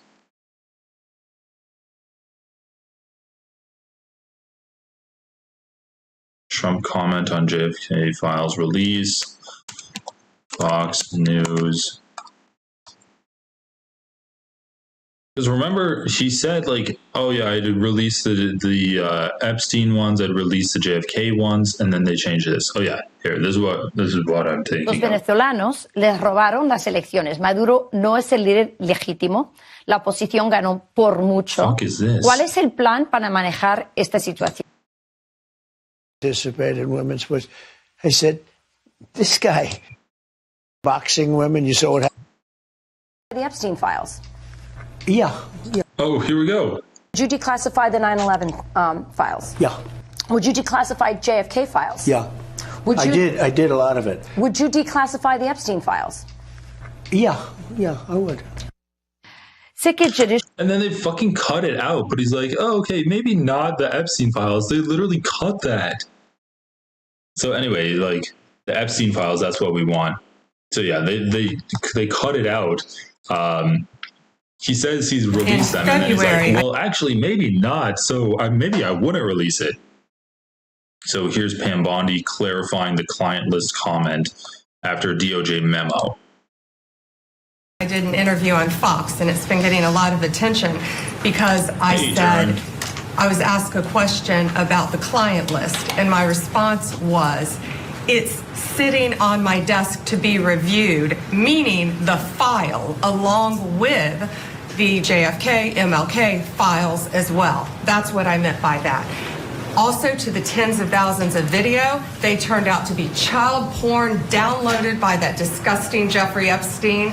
Child porn is what they were. Never going to be released, never going to see the light of day. To him being an agent, I have no knowledge about that. We can get back to you on that. And the minute missing from the video, we released the video showing definitively the video was not conclusive, but the evidence prior to it Well, this is the face of a liar right here. was showing he committed suicide. And what was on that, there was a minute that was... Once again, it's irrelevant if he committed suicide or not. He could have been coerced into doing it. He was allowed to commit suicide. That's fucked up. Like, he should have been on suicide watch. And basically a series of sketchy circumstances happened, or sketchy coincidences, which led to him being able to commit suicide. Yeah, I said your name.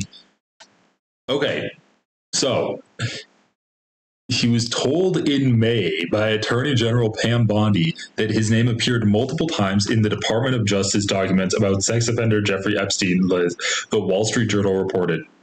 Trump's meeting with Bondi at the White House occurred weeks before the DOJ said it would not release the Epstein files to the public, despite earlier promises to do so by the Attorney General. Trump has directed Bondi to seek the unsealing of transcripts for grand jury proceedings related to federal probes of Epstein and his convicted procurer Ghislaine Maxwell. So he directed her to seek the unsealing of transcripts.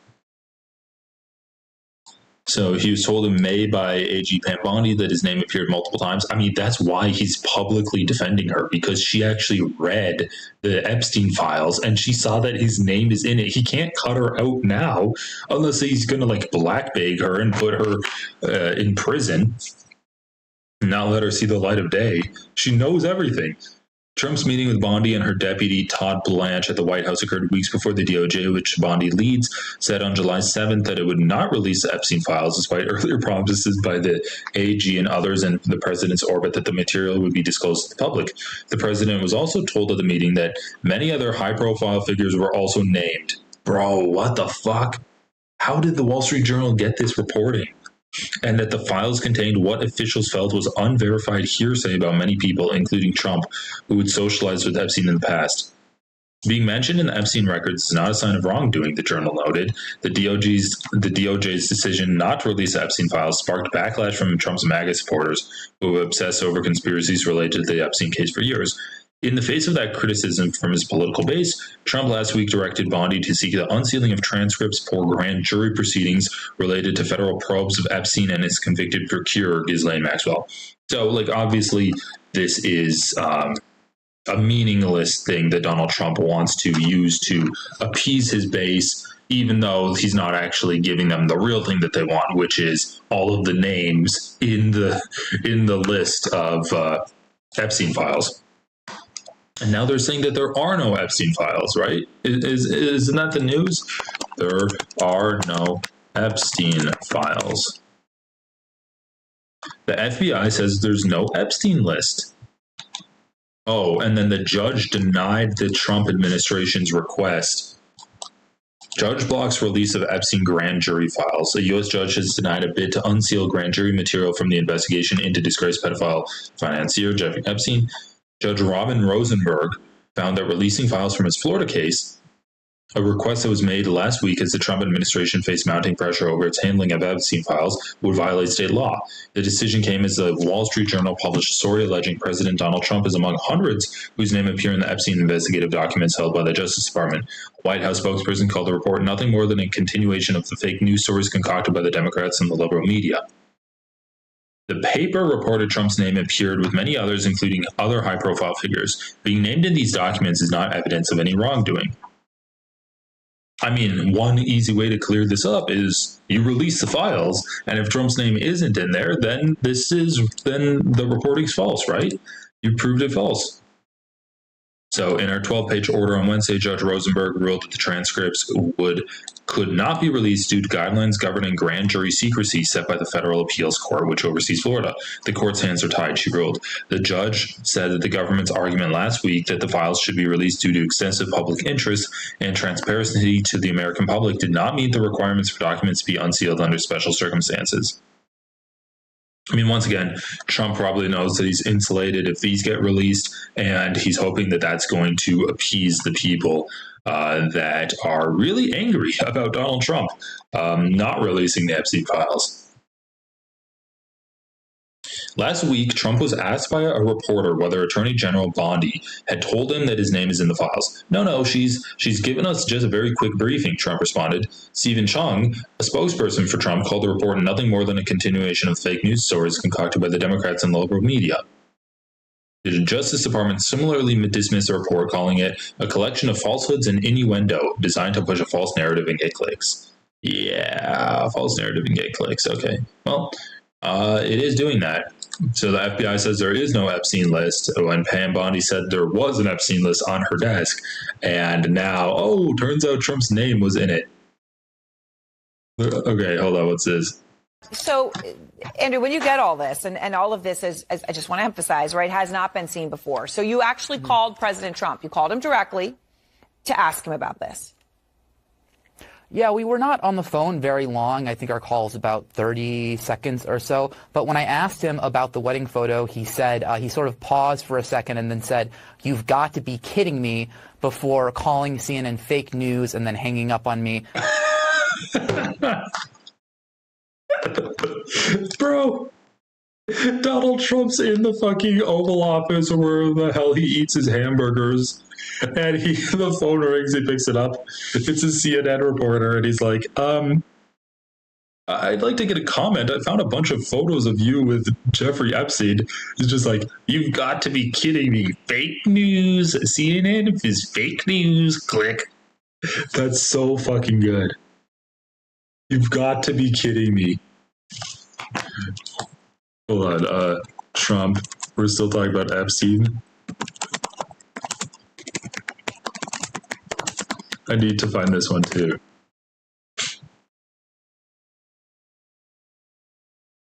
Trump clearly furious that Independent.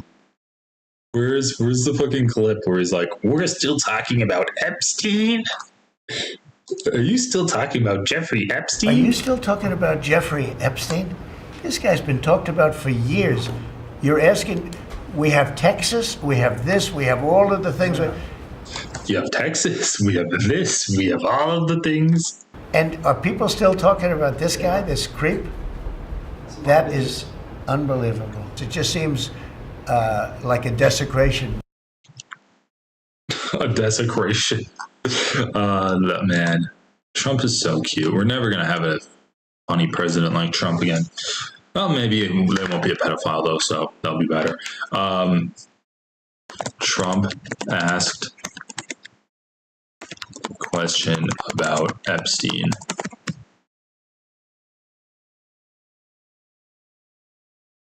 I think this is what I wanted to find. President, I know you've urged people to move on, but I'm curious, why do you think your supporters in particular have been so interested in the Epstein story and so upset about how it's been handled? Why do you think that is? Why they would be so interested. He's dead for a long time. He was never a big factor in terms of life. I don't understand what the interest or what the fascination is. I really don't. And the credible information's been given. Don't forget, we went through years of the Mueller witch hunt and all of the different things, the Steele dossier, which was all fake. All that information was fake. But I don't understand why the Jeffrey Epstein case would be of interest to anybody. It's pretty boring stuff. It's sordid, but it's boring.